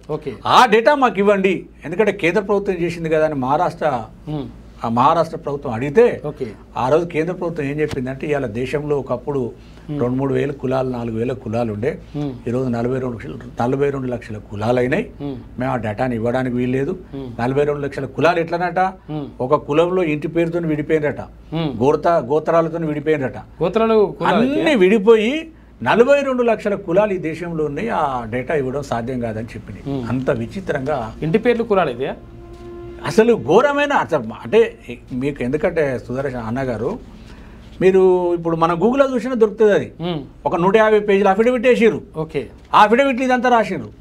కులాలు ఎప్పుడో 5-6 వేలు 4 వేలు ఉండే కులాలు ఉండే, ఇప్పుడు అది 42 లక్షలు అయిందని రాశారు. అంత రాసి అక్కడ సుప్రీంకోర్టులో అఫిడవిట్ ఇచ్చారు. అప్పుడు ఏం చేసిందంటే సుప్రీంకోర్టు ఆల్రెడీ దీని మీద డివిజన్ అది రాజ్యాంగ ధర్మాసనం తీర్పు ఉంది కాబట్టి, మీరు ఓబీసీ కోటా అంటేనే ట్రిపుల్ టెస్ట్ ద్వారా మాత్రమే బీసీ రిజర్వేషన్లు పెట్టండి, లేకపోతే బీసీ రిజర్వేషన్లు అవసరం లేదు. ఎస్సీ ఎస్టీలకు రిజర్వేషన్లు పెట్టి మిగతా అన్ని జనరల్ స్థానాలలో ప్రకటించి ఎలక్షన్ బొమ్మన్నారు. అంత ఘోరమైన తీర్పు అదొకటి వచ్చింది. దాని తర్వాత 2022లో ఇదే మధ్యప్రదేశ్ ప్రభుత్వం కూడా స్థానిక సంస్థలకు నోటిఫికేషన్ ఇచ్చింది. ఇచ్చినప్పుడు ఏమైంది మళ్ళీ అది ఇదే అసలు బీసీ కోటా అనగానే కేసులలో కోర్టులు హైకోర్టు సుప్రీంకోర్టుకి వేరే పనే ఉండదు రిజర్వ్ అసలు బీసీ కోటా మీద ఇన్ని వివాదాలు తీర్పులు కూడా ఈ విధంగా రావడానికి కారణం ఏమైంది రాజ్యాంగం చూపిస్తాడు ఇప్పుడు బ్యాక్వర్డ్ క్లాస్ సిటిజన్స్ అన్నది ఏమైనా అర్థం ఉందా అన్న చెప్పండి షెడ్యూల్ కాస్ట్లనేమో షెడ్యూల్ కులాలు అంటివి షెడ్యూల్డ్ తరగతులు అంటివి అంతే ఈ వెనుకబడిన కులాలు లేవా చెప్పండి మిమ్మల్ని ఏమడుగుతారు బయటికి పోతే ఏం బాబు మీ కులం ఏందని అడుగుతారు మీ తరగతి ఏందని అడుగుతారు ఎవరు అడగరు నన్ను కూడా నా కులమే అడుగుతారు కదా కానీ నా కులానికే రాజ్యాంగంలో గుర్తింపు లేకపోతే వాడెందుకు గుర్తిస్తాడు జడ్జి వాస్తవం హైకోర్టు సుప్రీంకోర్టులలో నువ్వు ఎవరో కనుక్కో అంటాడు ఊకే ఎట్లా కనుక్కోవాలో చెప్పారు వాళ్ళు వీళ్ళు చేసిందానే అడు అంటే రాజ్యాంగంలో ఉన్నటువంటి లొసుకులు ఇవాళ మొత్తం దేశంలో బీసీలకు శాపంగా మారిపోయింది ఓకే అయితే the Suresh Mahajan versus state of Madhya Pradesh ఈ తీర్పులో కరాఖండ్ జడ్జిమెంట్ అన్నమాట ఇంకా ఈ జడ్జిమెంట్లన్నీ వేరు ఓకే ఈ జడ్జిమెంట్లో చాలా స్పష్టంగా మేము ఇచ్చే తీర్పు ఒక మధ్యప్రదేశ్కో మహారాష్ట్రకో కాదు ఓకే దేశంలో ఉన్న అన్ని రాష్ట్ర ప్రభుత్వాలకు తర్వాత కేంద్ర పాలిత ప్రాంతాలకు కూడా ఓకే మొత్తం దేశం మొత్తం స్థానిక సంస్థల ఎలక్షన్లు అనేది అబాస్ పాలు చేస్తున్నారు ఎవ్రీ 5 ఏళ్ళకి చేయాల్సిందే పెట్టేటప్పుడు బీసీ కోటా పెట్టాలంటే ట్రిపుల్ టెస్ట్ ద్వారానే పెట్టాలి లేకపోతే కోటా అవసరం లేదు ఒకవేళ పెట్టినా 50% రిజర్వేషన్ దాటొద్దు అంటే ఎంత ప్రమాదకరంగా వచ్చినాక 2022 తర్వాత దేశంలో ఉన్న ఏ రాష్ట్రం కూడా స్థానిక సంస్థలు పెట్టాలంటే బీసీల లెక్కలు చేయాల్సిందే దాన్ని దృష్టిలో పెట్టుకుని ఇలా కాంగ్రెస్ ప్రభుత్వము ఈ కులగణన చేసి బీసీ లెక్కలు ఇంత అని చూపిస్తున్నారు అంతేగాని ఏదో వీళ్ళ మీద ప్రేమ లేకపోతే రాజీవ్ గాంధీ గారు చెప్పినట్టు దేశంలో కులగణనే దేశానికి ఎక్స్రే అన్నట్టు ఇప్పుడు చెప్తున్నాడు కానీ వాళ్ళు 55 ఏళ్ళు పరిపాలన అధికారంలో ఉన్నారు వాళ్ళు ఎందుకు చేయలేకపోయినారు 55 ఏళ్ళు నువ్వే అధికారంలో ఉన్నావు కదా మీ తాత నాయనమ్మ తల్లి ఈయన ఈ జిరాక్స్ ఎప్పుడో తీసి అయిపోతుండే తీయరు అంటే ఎందుకు చెప్తున్నా అంటే ఇక్కడ ఈ అనివార్యమైన పరిస్థితి రాష్ట్ర ప్రభుత్వాలకు వచ్చినాయి మరి మనం చెప్పుకున్నట్టు ఇన్ని సుప్రీంకోర్టు తీర్పులు కూడా ప్రామాణికంగా బేస్గా ఏం తీసుకున్నది మండల్ కమిషన్ తీర్పే మండల్ కమిషన్ చెప్పినటువంటి ప్రత్యేకమైన పరిస్థితులు వీళ్ళ యొక్క ప్రాతినిధ్యం లేదని కనుక నువ్వు చూపించినట్లయితే కోర్టు నిలబడే అవకాశం ఉంటుంది ఇవాళ కాంగ్రెస్ పార్టీ మొత్తానికి ఏదేమైనా వాళ్ళు ఒక జనాభా లెక్క చేసిర్రు దాన్ని మనం స్వాగతించాల్సింది సరే మనం 50% కంటే ఎక్కువనే జనాభా ఉన్నాము 42% పెట్టే దాంట్లోనే ఇప్పుడు అనుమానాలు వచ్చినాయి ముందుగా ఏమన్నారు లోకల్ బాడీ రిజర్వేషన్ అన్నారు తర్వాత మళ్ళీ విద్యా ఉద్యోగాలలో కూడా 42% అన్నారు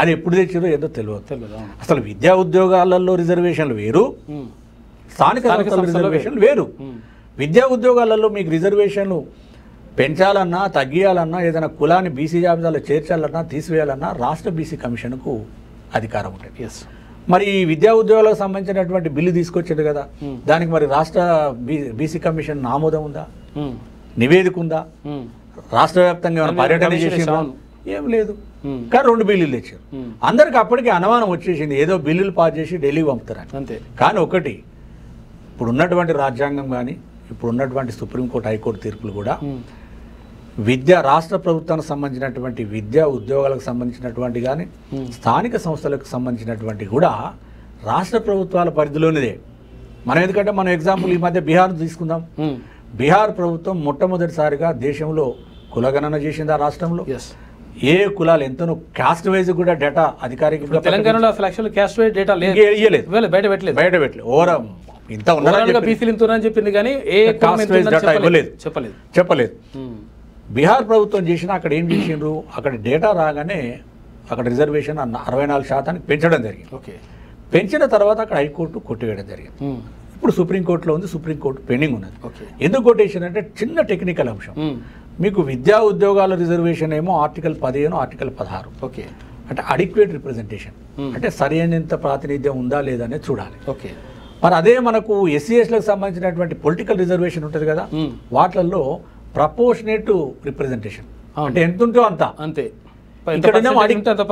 ఇవ్వాల్సిందే ఇక్కడ అడిక్వేట్ రిప్రజెంటేషన్ అన్నాడు అడిక్వేట్ రిప్రజెంటేషన్ లేదు అని భావించినట్లయితేనే ఎవరికైనా రిజర్వేషన్ పెట్టాలి బీసీలకు అనేది మనకు రాజ్యాంగం చెప్తా ఉన్నది అక్కడ అడిక్వేట్ రిప్రజెంటేషన్ అంటే వాళ్ళకి సరైనంత ప్రాతినిధ్యం లేదని బీహార్ ప్రభుత్వం టెక్నికల్గా చూపించలేకపోయింది ఇప్పుడు ప్రభుత్వంలో ఎన్ని ఉద్యోగాలు ఉన్నాయి ఆ ఉద్యోగాలలో ఎవరు ఎంత ఉన్నారు అనే లెక్కలు కోర్టులు చూపించాలి. క్లారిటీ ఇస్తే బాగుంటుండే. ఆ టెక్నికల్ అంశం మీద మాత్రమే అక్కడ హైకోర్టు కొట్టివేయడం జరిగింది. అంతేగాని వేరే రీజన్స్ ఏం లేవు. ప్రస్తుతం సుప్రీంకోర్టులో కేసు పెండింగ్ ఉన్నది. ఇక్కడ మనకు తెలంగాణ ప్రభుత్వం కూడా తెచ్చిన బిల్లులను ఇప్పటికీ అది గవర్నర్ ఆమోదించడా లేదు మనకు తెలియదు. ఇంకా ఇక్కడే ఉన్నది, ఇంకా గవర్నమెంట్ ఆఫ్ ఇండియాకి పోయినట్టు లేదు. ఆ బిల్లులను ఇక్కడనే ఆమోదం చేసుకొని ఇక్కడనే కనుక రిజర్వేషన్లు అమలు చేయడం ప్రారంభించి ఏం చేయాలి, మీరు ఎట్లాగో స్థానిక సంస్థలకు సంబంధించి మనం మాట్లాడుకుంటే 42% రిజర్వేషన్ల వర్గీకరణతో అన్నావు కదా. వర్గీకరణ అంటే ఏంటిది? Group A, group B, group C, group D, group E. అంటే గ్రూప్ ఏలో ఉన్నటువంటి చిన్న చిన్న కులాలు కానీ, ఆదిమ జాతులు, సంచార జాతులు, అర్ధ సంచార జాతులు, విముక్త జాతులు, ఈ జాతుల నుంచి కనీసం వార్డు మెంబర్లు కూడా లేరు కదా. సర్పంచులు అసలే లేరు, ఎమ్మెల్యేలు అయితే అసలే లేరు. ఈ రాష్ట్రంలో దాదాపుగా 100కు పైగా కులాల నుంచి ఇంతవరకు ఎమ్మెల్యే కాలేదు, ఎమ్మెల్సీ కాలేదు. ఆ డేటాని ఎందుకు చూపించలేకపోతుంది? రేపు ఇలా దాన్ని కారణంగా చూపించి ఆటోమేటిక్గా అడగొచ్చు. అసలు వీళ్ళు బీసీఏలో ఉన్న దాదాపు ఒక 70-80 కులాలు కంప్లీట్ గా బెగ్గర్స్ కులాలు. వాళ్ళు ఎస్సీ ఎస్ల కంటే అధ్వానమే పరిస్థితి. గంగురెద్దులు కానీ ఇప్పుడు ఏది వంశరాజులు, పాములోళ్ళు, పెద్దమ్మలోళ్ళు, ఎంత ఘోరమైన పరిస్థితి ఉన్నది. వాళ్ళని చూపించి కనుక మనం కోర్టులో నిలబడితే నెగ్గేది. కానీ ఇలా మనకు మరి ఇలా బీసీ సంఘాలు, మేధావులు కూడా చాలా మంది ఈ మధ్య ధర్నా కూడా ఒకటి చేసిండ్రు ఢిల్లీలో. సరే, మనం ఎందుకంటే ఎవరు ఉద్యమాలు చేసినా మన వాళ్ళే కాబట్టి వాళ్ళని డైరెక్ట్గా మనం విమర్శించాల్సినటువంటి అవసరం లేకున్నా రాజకీయ శక్తులలో, రాజకీయాలలో పావులుగా మారొద్దు. ఎందుకంటే ఎప్పుడైనా మన అస్తిత్వాన్ని కోల్పోయి మన ఆత్మ గౌరవాన్ని చంపేసి మన జాతులను తాకట్టు పెట్టే ప్రయత్నం చేయదు. నువ్వు న్యాయం చేయకపోయినా మంచిదే. ఆ పద్ధతిలో ఉద్యమాలు జరగాలనేది నా యొక్క అభిప్రాయం. మరి ఇంకా మనకు రాజ్యాంగంలో రాజ్యాంగ పీఠిక ఉంది. రాజ్యాంగ పీఠిక లోపల 3 అంశాల మీదనే రాజ్యాంగం నిర్మించడమని చెప్తున్నది. ఒకటి జస్టిస్, ఒకటి ఈక్వాలిటీ, ఈ జస్టిస్, ఒకటి లిబర్టీ. ఈ జస్టిస్ అనే అంశం లోపల జస్టిస్ దేని మీద చెప్పింది? ఫస్ట్ అది social, political, economic. Social justice, political justice, economic. Political justice ఎక్కడ వస్తుంది? ఇప్పుడు లేదు కదా. లేదు. 119 ఎమ్మెల్యేలు ఉంటే 19 మంది మాత్రమే బీసీలు. మరి అంటే రాజ్యాంగ పీఠికలో ఒకటి చెప్తున్నాం, రాజ్యాంగంలో ఇంకోటి ఉన్నది. అంటే మొత్తంగా దేశంలో హిందూ సమాజం లోపల వెనుకబడిన కులాలకు సంబంధించి మనువాదం అంతా ఏవైతే మనం చెప్తున్నటువంటి అధర్మ శాస్త్రాలు ఉన్నాయో ఆ శాస్త్రాలు ఉన్నట్టు వీళ్ళకి సంబంధించినటువంటి అధికరణలలో చొప్పించి పెట్టిండ్రు. అది ఎవ్వరికి అర్థం కాదు. ఎందుకంటే మళ్ళీ ఎంతసేపు బీసీలు అంటారు. బీసీలో ఇప్పుడు బీసీ ఉద్యమం ఉంది, మనకు ఒక మూమెంట్ కన్సాలిడేట్, మన ఓట్లు మనం వేసుకునే పరిస్థితి రావాలంటే బీసీలలో అంత సామాన్యంగా అయ్యే అవకాశం లేదు. ఎందుకంటే కింద నుంచి ఉన్నారు కదా, బెగ్గర్ కాస్ట్ నుంచి పైన కాస్ట్ వరకు అన్ని బీసీ కులాలే. ఈ కులాలన్నీ ఐక్యం రావాలి. బీసీలు అంటే కూడా కొన్ని క్యాస్ట్లకు సంబంధించి నమ్మరు. అయితే అంత ఒక పెద్ద మూమెంట్ తీసుకొచ్చి పొలిటికల్ టర్న్ తీసుకున్నప్పుడే వీళ్ళ ఓట్లు వీళ్ళు వేసుకుంటే గానీ ఇప్పుడు, ఎందుకంటే ఒకటి మార్గం రాజ్యాంగాన్ని సవరించాలి, లేదా వీళ్ళ ఓట్లు వీలేసుకునే పరిస్థితి రావాలి. ఆ పరిస్థితులు రాకుండా వీళ్ళకి రిజర్వేషన్లలో న్యాయం జరిగే అవకాశం లేదు. ఇప్పుడు 42% రిజర్వేషన్ ఎట్లా అంటే ఇప్పుడు దీనికి సంబంధించి సాధ్యమవుతుందా కాదా?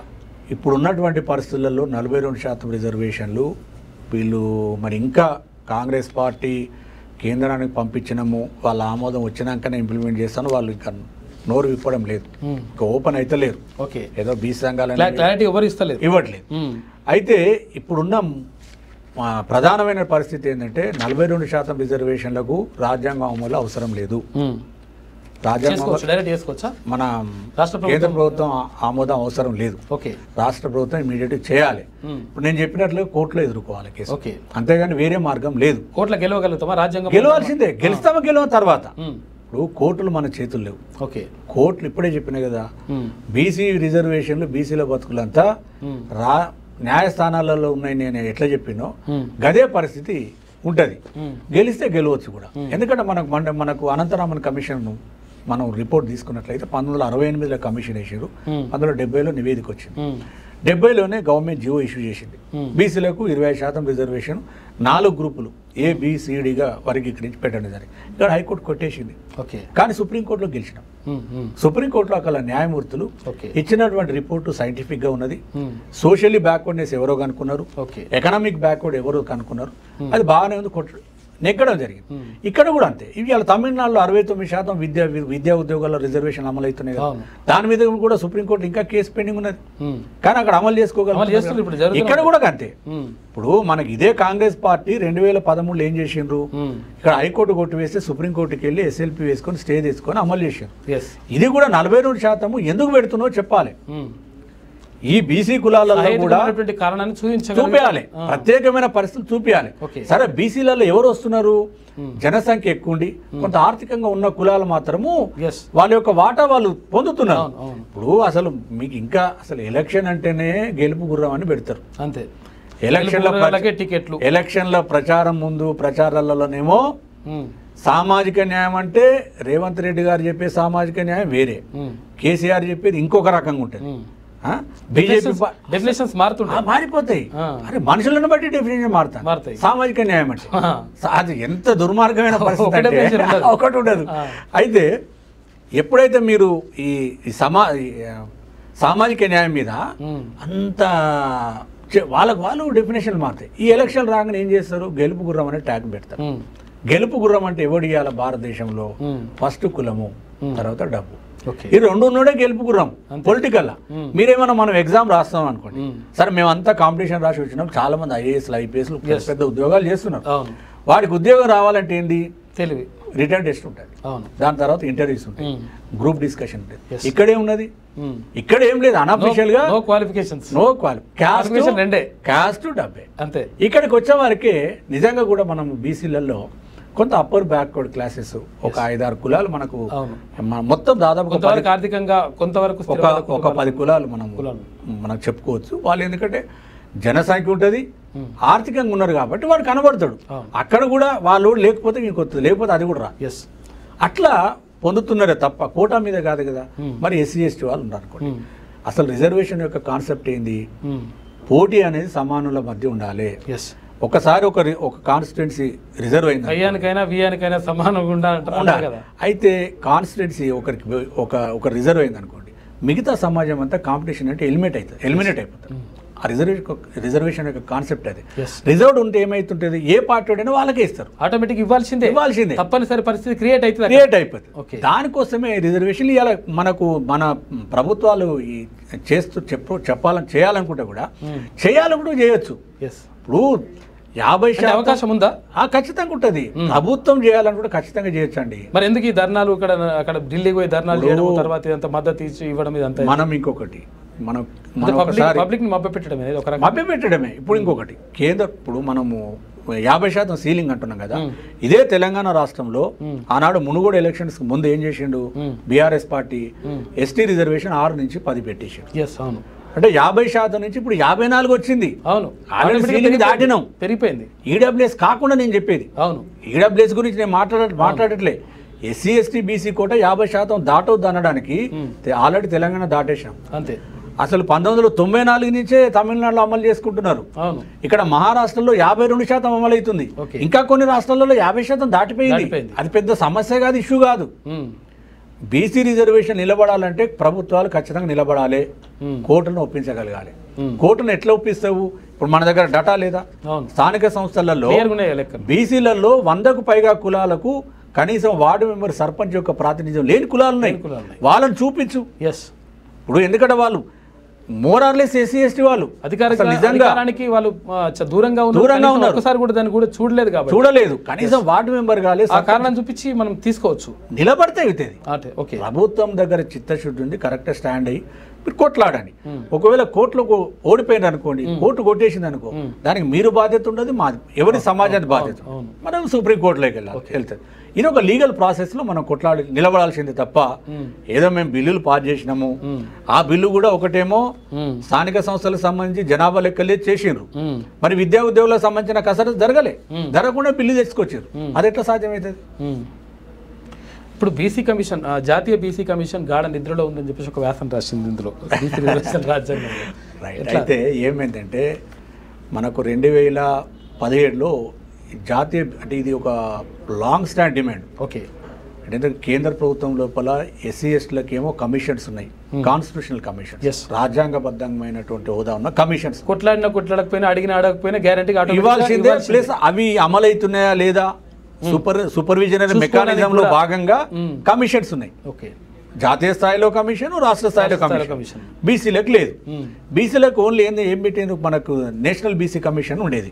1993 ఈ మండల్ కమిషన్ తీర్పు వచ్చినప్పుడు కేంద్రంలో కూడా ఒక కమిషన్ వేసుకోండి, ఏదైనా కులాలను చేర్చాలన్నా తీసివేయాలన్నా కమిషన్ రికమెండేషన్ అని చెప్పింది. ఆ రోజు ఉన్నటువంటి కాంగ్రెస్ పార్టీ ఏం చేసిందంటే నేషనల్ బీసీ కమిషన్ వేసారు, ఎన్సీబీసీ వేసి ఆ కమిషన్ దేనికి పనికొచ్చేది, ఒక ఆఫీస్ అంతే. ఒక కులాన్ని ఓబీసీ జాబితాల కలపాలంటే కలపడం, ఇదే బాధ్యత పెట్టే. కానీ దేశవ్యాప్తంగా కూడా ఒక డిమాండ్ ఉన్నది, మనకు జాతీయ స్థాయి లోపల రాజ్యాంగబద్ధమైనటువంటి కమిషన్ ఉండాలని చెప్పి. అయితే మొత్తానికి ఇలా బీజేపీ పార్టీ 102వ రాజ్యాంగ సవరణ తీసుకొచ్చారు. ఇటు కాంగ్రెస్ పార్టీ కానీ బీజేపీ పార్టీ కానీ అసలే చేయలేదని కాదు, ప్రయత్నం చేసిండ్రు. ఉద్యమాల ఫలితంగా ఒకటొకటి వస్తుంది. దానిలో భాగంగా జాతీయ బీసీ కమిషన్కు కాన్స్టిట్యూషనల్ హోదా ఇస్తూ ఆర్టికల్ 338Bని చేరుస్తూ వీళ్ళు తీసుకొచ్చారు. ఫస్ట్ టైం మనకు ఒక కమిషన్ వేసారు, బాగుంది, మంచిగా పనిచేసారు. దేశవ్యాప్తంగా అప్పటికి మనకు సైనిక్ స్కూళ్ళలో ఓబీసీ కోటా లేదు, అది తీసుకొచ్చిండ్రు. నేషనల్ పూల్ మెడికల్ సీట్లలో 15% నేషనల్ పూల్ ఉంటాయి, అందులో కూడా ఓబీసీ కోటా పెట్టించారు. చాలా అంశాలు పరిష్కారం జరిగింది, న్యాయం జరిగింది. ఆ 3 నెలల తర్వాత మళ్ళా గోవింద ఇప్పుడు ఏం చేసిందంటే ఒక చైర్మన్ హంసరాజ్ గంగారాం అని, ఆయన మాజీ కేంద్ర మంత్రి, ఆయనని పెట్టిండ్రు.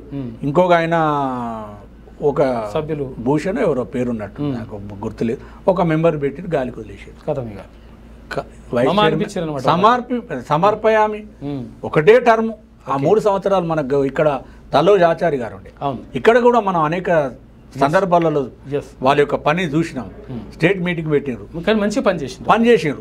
ఈ నల్సార్ యూనివర్సిటీలు కూడా ఒకప్పుడు రిజర్వేషన్ లేదు, హైదరాబాద్ సెంట్రల్ యూనివర్సిటీ లేదు, అన్నిట్లో తేగలిగారు. ఎందుకంటే కమిషన్ కాన్స్టిట్యూషనల్ రాజ్యాంగబద్ధమైన కమిషన్ కాబట్టి వాళ్ళు పని చేయడానికి పవర్స్ ఉంటాయి. ఇప్పుడు ఏం చేసిండ్రు, ఇక వాళ్ళు ఇట్లా పని చేస్తారు కదా అని ఈ సెకండ్ టర్మ్ గాలికి వదిలేసారు. ఇక కమిషన్ పని చేస్తలేదు, 100 పిటిషన్లు పెండింగ్ ఉన్నాయి. అట్లా గాఢ నిద్రలో ఉన్న జాతీయ బీసీ కమిషన్ నేను వ్యాసం రాయాల్సి వచ్చింది. అంటే కమిషన్ వేసిన ఇప్పుడు రాజ్యాంగాన్ని సవరణ చేసిండ్రు. కమిషన్ అనేది రెగ్యులర్ కదా, అది కాన్స్టిట్యూషనల్ బాడీ అనేది రెగ్యులర్ గా ఉండాలి. 3 ఏళ్ళు కాగానే మళ్ళీ ఒక రావాలి. నువ్వు ఎవరు పెడతావు నీ ఇష్టం, పెట్టకపోతే ఆడెవరు పని చేయాలిగా. సమస్యలన్నీ అట్లే పెండింగ్ ఉన్నాయి, అందుకే ఆ వ్యాసం రాయాల్సి వచ్చింది. కులగణన నేటి సామాజిక అవసరం అని చెప్పేసి మరొక వ్యాసం. మళ్ళీ ఏంటంటే ఇప్పుడు మనకు కులగణన విషయానికి వస్తే 1931లో బ్రిటిష్ ప్రభుత్వమే ఈ దేశం అనేది నిచ్చెనమెట్ల కుల వ్యవస్థ.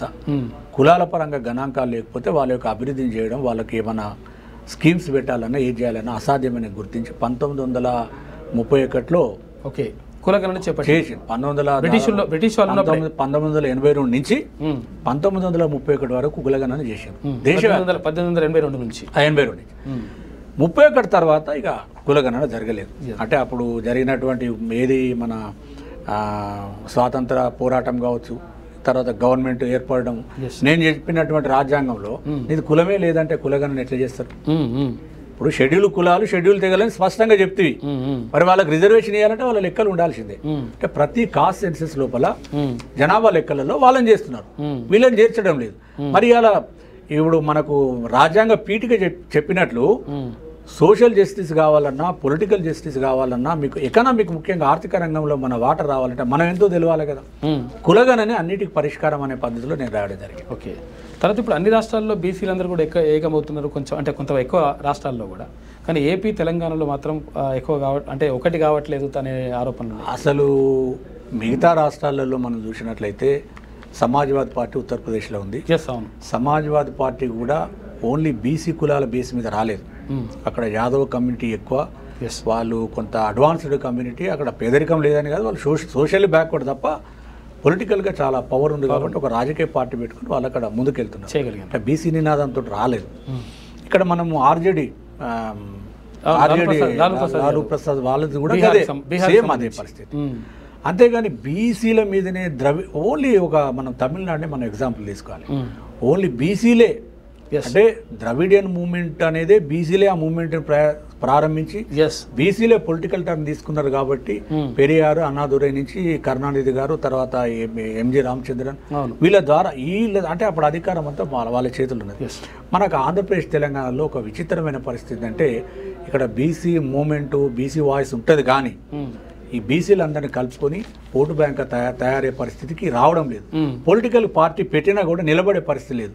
మన తెలంగాణ రాష్ట్రంలో వాళ్ళ నరేందర్ గారు కానీ లేకపోతే దేవేందర్ గౌడ్ గారు కానీ ఉన్నారు కదా, వాళ్ళు రాజకీయ పార్టీలు పెట్టి కూడా నిలదెక్కునే పరిస్థితి ఉన్నది. అంటే ఇక్కడ ఒక పెద్ద ఈ బీసీ మూమెంట్, బహుజన మూమెంట్ అనేది రావాలి. ఇప్పుడు చాలామంది నేను ఈ మధ్య ఒకటి ఏదో మీటింగ్ కూడా పెట్టారు, బీసీ ఎస్సీ ఎస్టీ మైనారిటీ అని. నేనేం చెప్తున్నా అంటే ఈ బీసీ సమాజానికి ముందు బీసీలు ఒక్కరు కానీ ప్రత్యేకంగా అంటే ఇప్పుడు ముందు బీసీలలో ఐక్యత లేకుండా, ఐక్యత తేకుండా తెచ్చే ప్రయత్నం చేసుకుంటా, బీసీ సంఘాల పేరు మీద కుల సంఘాలు నడుపుకుంటా ఈ రకంగా పోతే ముందుకు పోయే పరిస్థితి లేదు. అంటే బీసీ రిజర్వేషన్లు అనగానే ప్రత్యేకంగా కేసులు పడుతున్నాయి. ఎందుకు అట్లా కేసులు? అదే సార్, నేను ఇప్పటివరకు ఇందాక మాట్లాడుకుంటా చరిత్ర అంతా చెప్పినా కదా. ఇప్పుడు మనకు భారత రాజ్యాంగ రచన లోపల వీళ్ళను కులంగా గుర్తించలేదు. తర్వాత ఇంత కోటా ఉండాలి లేదు. ఇప్పుడు స్థానిక సంస్థలలో చెప్పినాం కదా, ఎస్సీ ఎస్టీ ఏమో జనాభా, మహిళలకు కూడా 1/3 ఉండాలని చెప్పినాం. బీసీలకు ఎంత ఉండాలని చెప్పాలి. ఎంత దుర్మార్గమైన పరిస్థితి, ఎక్కడ కూడా ఎంత ఘోరమైన పరిస్థితి. ఇంకా విద్యా ఉద్యోగాలలో ఎవరికి ఎంత ఉండాలి ఏం చెప్పలే. అయినా కూడా విద్యా ఉద్యోగాలలో కూడా ఇప్పుడు సుప్రీంకోర్టు రాజ్యాంగంలో లేకున్నా వాళ్ళు ఒక బార్ పెట్టారు, 50% సీలింగ్ లిమిట్. అది దాటాలంటూ కూడా వాళ్ళు ప్రత్యేకమైన పరిస్థితులు చూపి అంటాడు. అదేందో చూపి ఇప్పుడు క్లారిటీ ఇచ్చేసి అయిపోతుంది కదా. పాలకుల చేతిలో ఉన్న పని నిజంగా చిత్తశుద్ధి ఉంటే సాధ్యమవుతుంది విషయం కాదు. ఎందుకంటే మిగతా రాష్ట్రాల్లో అమలు అవుతుంది కదా, వేరే రాష్ట్రాల్లో అమలు అయితే లేదు. ఇప్పుడు 50% సీలింగ్ అంటున్నావు కదా, మన దగ్గరనే దాటినంగా 54% అయింది కదా. 6% నుంచి 10% మిస్తే 54 అయింది. 54 మీద హైకోర్టులో కేసులు ఉన్నాయి, పెండింగ్ ఉన్నాయి, లేవని కాదు కేసులు పెండింగ్ ఉన్నా కానీ ఆటోమేటిక్గా ఇంప్లిమెంట్ అవుతుంది. ఆ పరిస్థితి తీసుకొని రావాలనేది మా యొక్క డిమాండ్. తర్వాత ఇప్పుడు ఇంకొకటి ఏంటంటే రాజ్యాంగ సవరణతోటే బీసీ కులాలకు న్యాయం జరుగుతుంది. ఇప్పుడు రాజ్యాంగ సవరణ 2 అంశాలు, బీసీ కులాలకు న్యాయం జరగాలి. ముఖ్యంగా బీసీలలో జనసంఖ్య ఉండి ఆర్థికంగా ఉన్న కులాలు వాళ్ళ యొక్క అవకాశాలు వాళ్ళకు వస్తున్నాయి. నిజంగా వాళ్ళే అంతా కలిసి ఉద్యమం చేయాలి. వాళ్ళు కొంత వెలాఫ్లో ఉన్నారు కాబట్టి ముందుకు వస్తలేరని నా యొక్క అభిప్రాయం. ఎందుకంటే ఇప్పుడు బీసీ సమాజము చాలా అమాయకంగా అజ్ఞానంగా ఉన్నారు. అసలు ఈ దేశం లోపల ముఖ్యంగా ఎంబీసీలు కానీ సంచార జాతులు, అర్ధ సంచార జాతులు, విముక్త జాతులు సెకండ్ గ్రేడ్ సిటిజన్స్గా బతుకుతున్నారు. వాళ్ళకు ఎలాంటి హక్కులు లేకుండా, సమాజంలో గుర్తింపు లేకుండా, సామాజిక భద్రత లేక బతుకుతూ ఉన్నారు. వీళ్లకు తర్వాత బీసీలకు మనమెంతో మనకంతా అనే వాటా రావాలంటే ఖచ్చితంగా రాజ్యాంగ సవరణలే జరగాలి. లేదు రాజ్యాంగ సవరణ లేకపోతే వీళ్ళ ఓట్లు వీళ్ళు వేసుకోవాలి. వీళ్ళ ఓట్లు వీళ్ళు ఎప్పుడు వేసుకుంటారు? పొలిటికల్ ప్రాసెస్తోనే రాజ్యాధికారం సాధ్యం. వెనకటి లెక్క అసలు వెనకట ఏందో మన యుద్ధాలు జరిగేది, కత్తులు కట్టాలు యుద్ధాలు ఇప్పుడు అవసరం లేదు. ఓట్ల విప్లవం రావాలి అంతే. వీళ్ళ ఓట్లు వీళ్ళు వేసుకుంటే వీళ్ళే రాజు అవుతారు ఆటోమేటిక్గా, ఎందుకంటే మెజారిటీ ఉన్నారు కాబట్టి. ఇంకొకరిని కలుపుకునే పరిస్థితి లేదు. కానీ మన దగ్గర ఏంటంటే కింది కులాలను, అన్ని కులాల యొక్క సమస్యలు ఇప్పుడు ఎందుకంటే మనకు హిందూ కులాలు మన దగ్గర 116 కులాలు ఉన్నాయి. 116 కులాలకు 116 సమస్యలు. వీళ్ళందరినీ కలుపుకొని వీళ్ళ సమస్యలను అడ్రస్ చేస్తూ అసలు మీరు ఒక నిర్మాణం అనేది జరగాలి. ఒక కులం పేరు చెప్పకుండా కులం అనేది రాజకీయంలో కనపడు. మనకు మనుషులకు కావాల్సింది ఏంది? ఫస్ట్ ఎడ్యుకేషన్, తర్వాత హెల్త్, తర్వాత ఎంప్లాయ్మెంట్, తర్వాత భూమి. ప్రధానంగా భూమి మీద ఎక్కడ చర్చలు జరగట్లేదు. అసలు పోరాటాలు చరిత్ర అంతా చూడండి, మొత్తం అనాగరికం నుంచి ఆ చరిత్రలు చూస్తే భూమి కోసమే కదా యుద్ధాలు జరిగింది. భూమి కోసం ఎక్కడ భూమి మీద అధికారము, భూమి మీద ఉన్న సంపద దోచుకోవాలి, దాని మీద జరిగింది. ఈ 4 అంశాల మీద కనుక ఒక ఇండిపెండెంట్గా బీసీల నుంచి ఒక రాజకీయ పార్టీ వచ్చి ఒక యుద్ధం, రాజకీయ పార్టీ పెట్టి నడపడం అంత ఈజీ కాదు ఇప్పుడున్న పరిస్థితులలో. అందుకని కేసీఆర్ అప్పుడప్పుడు అంటాడు, అంటే పార్టీలు అంటే పాన్ షాపులు కాదని ఆయన ఓడనే పెట్టుకున్నాడు. అంత పద్ధతి ప్రకారంగా ఒక నిర్మాణం, ఒక ఫౌండేషన్ తోటి నిర్మించుకొని ఇంకా ముందుకు పోతే ఖచ్చితంగా సాధ్యమే. ఇప్పుడు మహిళా బిల్లు కంటే ముందు బీసీ బిల్లు ప్రవేశపెట్టాలి అని చెప్పేసి ఒక వ్యాఖ్య ఉండాలి. అసలు ఎంత కుట్రపూరితంగా ఉన్నదంటే ఇప్పుడు అధికారము ఎటు చేసి రాజకీయంగా విద్యాపరంగా ఉద్యోగపరంగా బీసీలను దూరం చేయాలి. ఇప్పుడున్న పాలకుల యొక్క మోటో ఏంది? ప్రధాన లక్ష్యము బీసీలను విద్యకు దూరం చేయాలి, ఉద్యోగాలకు దూరం చేయాలి. ఏం చేయాలి? ఈ మధ్య కాలంలో కొంచెం చదువుకొని వస్తున్నారు కదా, ఈ మధ్య కాలం ఈ 10-20 సంవత్సరాల నుంచి ఓపెన్ కాంపిటీషన్ లో వస్తున్నారు. వీళ్ళు రాకుండా చేయాలంటే ఏం చేయాలి? EWS code.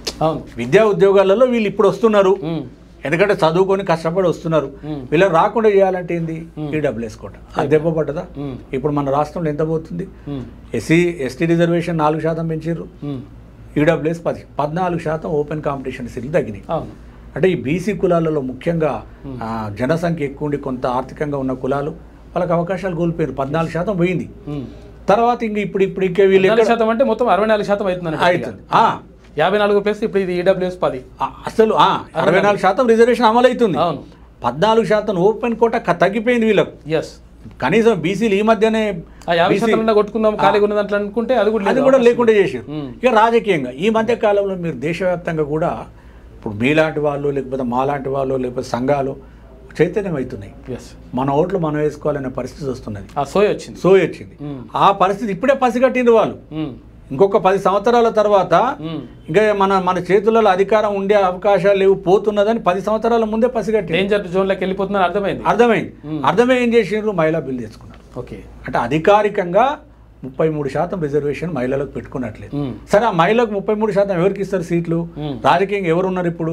వాళ్ళే అప్పర్ కాస్ట్ వాళ్ళ భార్య లేకపోతే దానికోసం తెచ్చుకున్నటువంటి బిల్లు. మరి అలా బీసీ మహిళలు ఎంతమంది ఉన్నారు దేశంలో? 50% ఉంటారుగా. వీళ్ళ పరిస్థితి ఏంది? అసలు మగవాళ్ళకే దిక్కు లేదు, మహిళలకి ఏడు ఉంటుంది?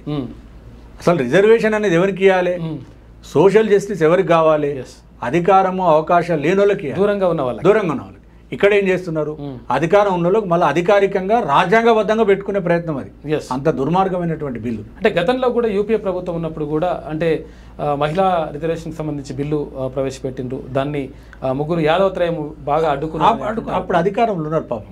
వాళ్ళు ఎస్పీ పార్టీ కానీ ఆర్జేడీ కానీ ఇటు లాలూ ప్రసాద్ యాదవ్, అక్కడ ములాయం సింగ్ యాదవ్ తర్వాత ఇక్కడ అడ్డుకొని బిల్లు పాస్ కాకుండా యూపీఏ ప్రభుత్వం పూర్తి మెజారిటీ లేదు కదా, బీజేపీ పూర్తి మెజారిటీ ఉండడం పెద్ద దెబ్బ పడిపోయింది, అన్యాయం జరిగింది. ఆ బిల్లును అసలు ఈ రోజు లోక్సభలో పాస్ అయింది, తెల్లారి రాజ్యసభలో పాస్ అయిపోయింది, ఎల్లుండి గెజిట్ వచ్చేసింది.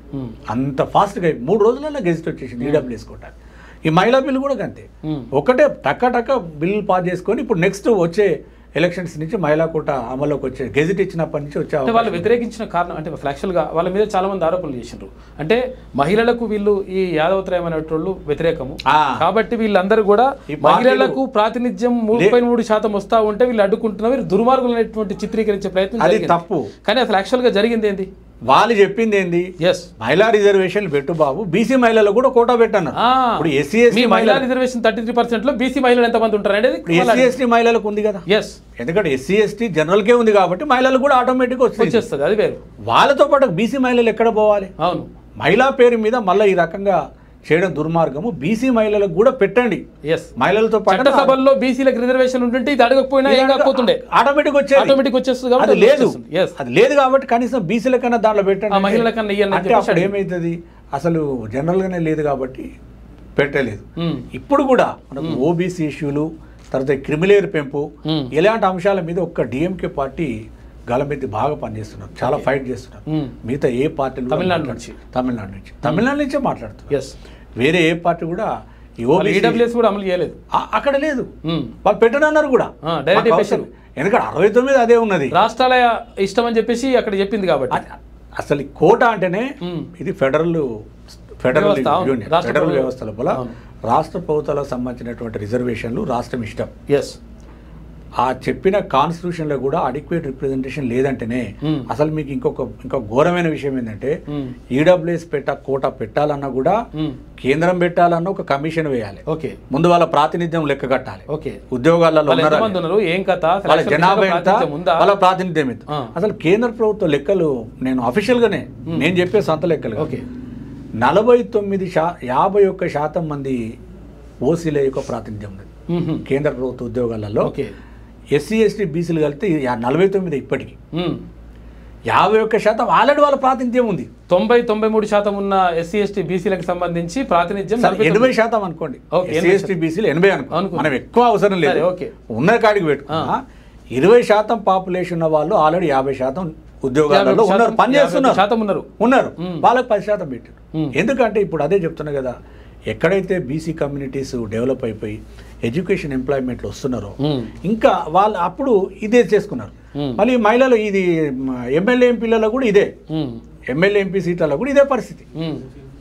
అఫీషియల్గా రాజ్యాంగ సవరణ ద్వారా మహిళలకు పెట్టేసుకున్నారు. మరి ఎవరికి ఇస్తారంటే మళ్ళీ ఆ మహిళకి ఇచ్చారు. మన ఈ బీసీ మహిళలకి అయితే అసలు ఇచ్చే అవకాశం లేదు. మగవాళ్ళకే లేదు, బీసీ మహిళలకు ఎక్కడ అవకాశం వస్తుంది? ఆటోమేటిక్గా బీసీలకు రిజర్వేషన్ చట్టసభల్లో ఉంటే ఎమ్మెల్యేలో ఎంపీల్లో కానీ లేకపోతే ఇక్కడ ఎమ్మెల్సీల్లో కానీ ఒకవేళ రిజర్వేషన్ ఉండంటే ఆటోమేటిక్గా మహిళలకు వచ్చేది. అందులో 33% వచ్చేది. ఇప్పుడు 33% ఎట్లా వస్తుంది ఇక వీళ్ళకి వెళ్ళినప్పుడు? తర్వాత ఇక్కడ కులరహిత సమాజం కోసం నేను ఇప్పుడు ఇది ప్రధానమైన అంశం ఏంటంటే, ప్రతి వాళ్ళు బయట జనరల్గా ఏం మాట్లాడుతారు, బాగా చెప్తారు కులరహిత సమాజం కావాలి, అది ఏం ముచ్చడే కాదు చెప్పనీకి. ఈ రాజ్యాంగం యొక్క నిర్మాణము, రాజ్యాంగ రచన కులరహిత సమాజమే అనుకున్నట్లయితే కులాన్ని ఎందుకు నిషేధించలేదు? ఈ దేశంలో అంటరాంతనాన్ని నిషేధించినాం కదా, దళితులు నిషేధించాల్సిందే, అట్రాసిటీ యాక్ట్ కూడా పెట్టాల్సిందే. ఎందుకంటే సమాజంలో ఆ వివక్షతను అనుభవించారు కాబట్టి పెట్టాల్సిందే. మరి ఆర్టికల్ 17 ఏం చెప్తున్నది? అబాలిషన్ ఆఫ్ అన్టచబిలిటీ, అంటరానితనాన్ని నిషేధించాలి. ఓకే, మరి కులాన్ని ఎందుకు నిషేధించలేదు? కులాన్ని కూడా నిషేధిస్తేనే కుల వ్యవస్థ అనేది పోతుంది. అసలు కులాన్ని నిషేధించకుండా ఇప్పుడు కులాలు ఎట్లున్నాయి, గ్రామ స్థాయి నుంచి ఢిల్లీ స్థాయి వరకు బలంగా పనిచేస్తున్నాయి. ఇప్పుడు బీసీలలో కుల సంఘాలు లేవా? మస్తు సంఘాలు ఉన్నాయి, 100%. కానీ కులాల కోసమే పనిచేస్తారు వాళ్ళు. ఇప్పుడు ఈ మధ్య కాలంలో ఈ బీసీ ఉద్యమాలు మనం ఉమ్మడి ఆంధ్రప్రదేశ్ నుంచి మనం చూస్తున్నాం. ఎందుకంత సక్సెస్ కాలేకపోతున్నాయి? కులాలు బయటికి రావడం లేదు, కుల సంఘాలు బయటికి రావడం లేదు. ఏదో బీసీ సంఘం అని పెట్టుకొని చేయడం తప్ప, మూమెంట్ చేయడం తప్ప. ఇప్పటికి కూడా మనకు ఈ తెలంగాణ రాష్ట్రంలో ఒక బీసీ కులాలను అన్నింటిని కలిపి కదిలించాలంటే మాత్రం ఒక పొలిటికల్ స్టాండ్ తీసుకొని కులాలను కదిలించాలి, కుల సంఘాలను ముందుకు తీసుకురావాలి. వాళ్ళని తీసుకురాకుండా సక్సెస్ కాలేం. అంటే కులరహిత సమాజం కావాలంటే కూడా ఖచ్చితంగా రాజ్యాంగాన్ని సవరించి ఆర్టికల్ 17A కూడా పెట్టాలి. పెట్టినప్పుడే కులరహిత సమాజానికి అవకాశం ఉంటుంది. ప్రస్తుతం అంటే బీసీ కులాల ముందు ఉన్నటువంటి కర్తవ్యం ఏంటి? కర్తవ్యం ఒక్కటి ఏంటంటే, ఇప్పటికే మనము రాజ్యాంగంలో మనకు అన్యాయం జరిగింది.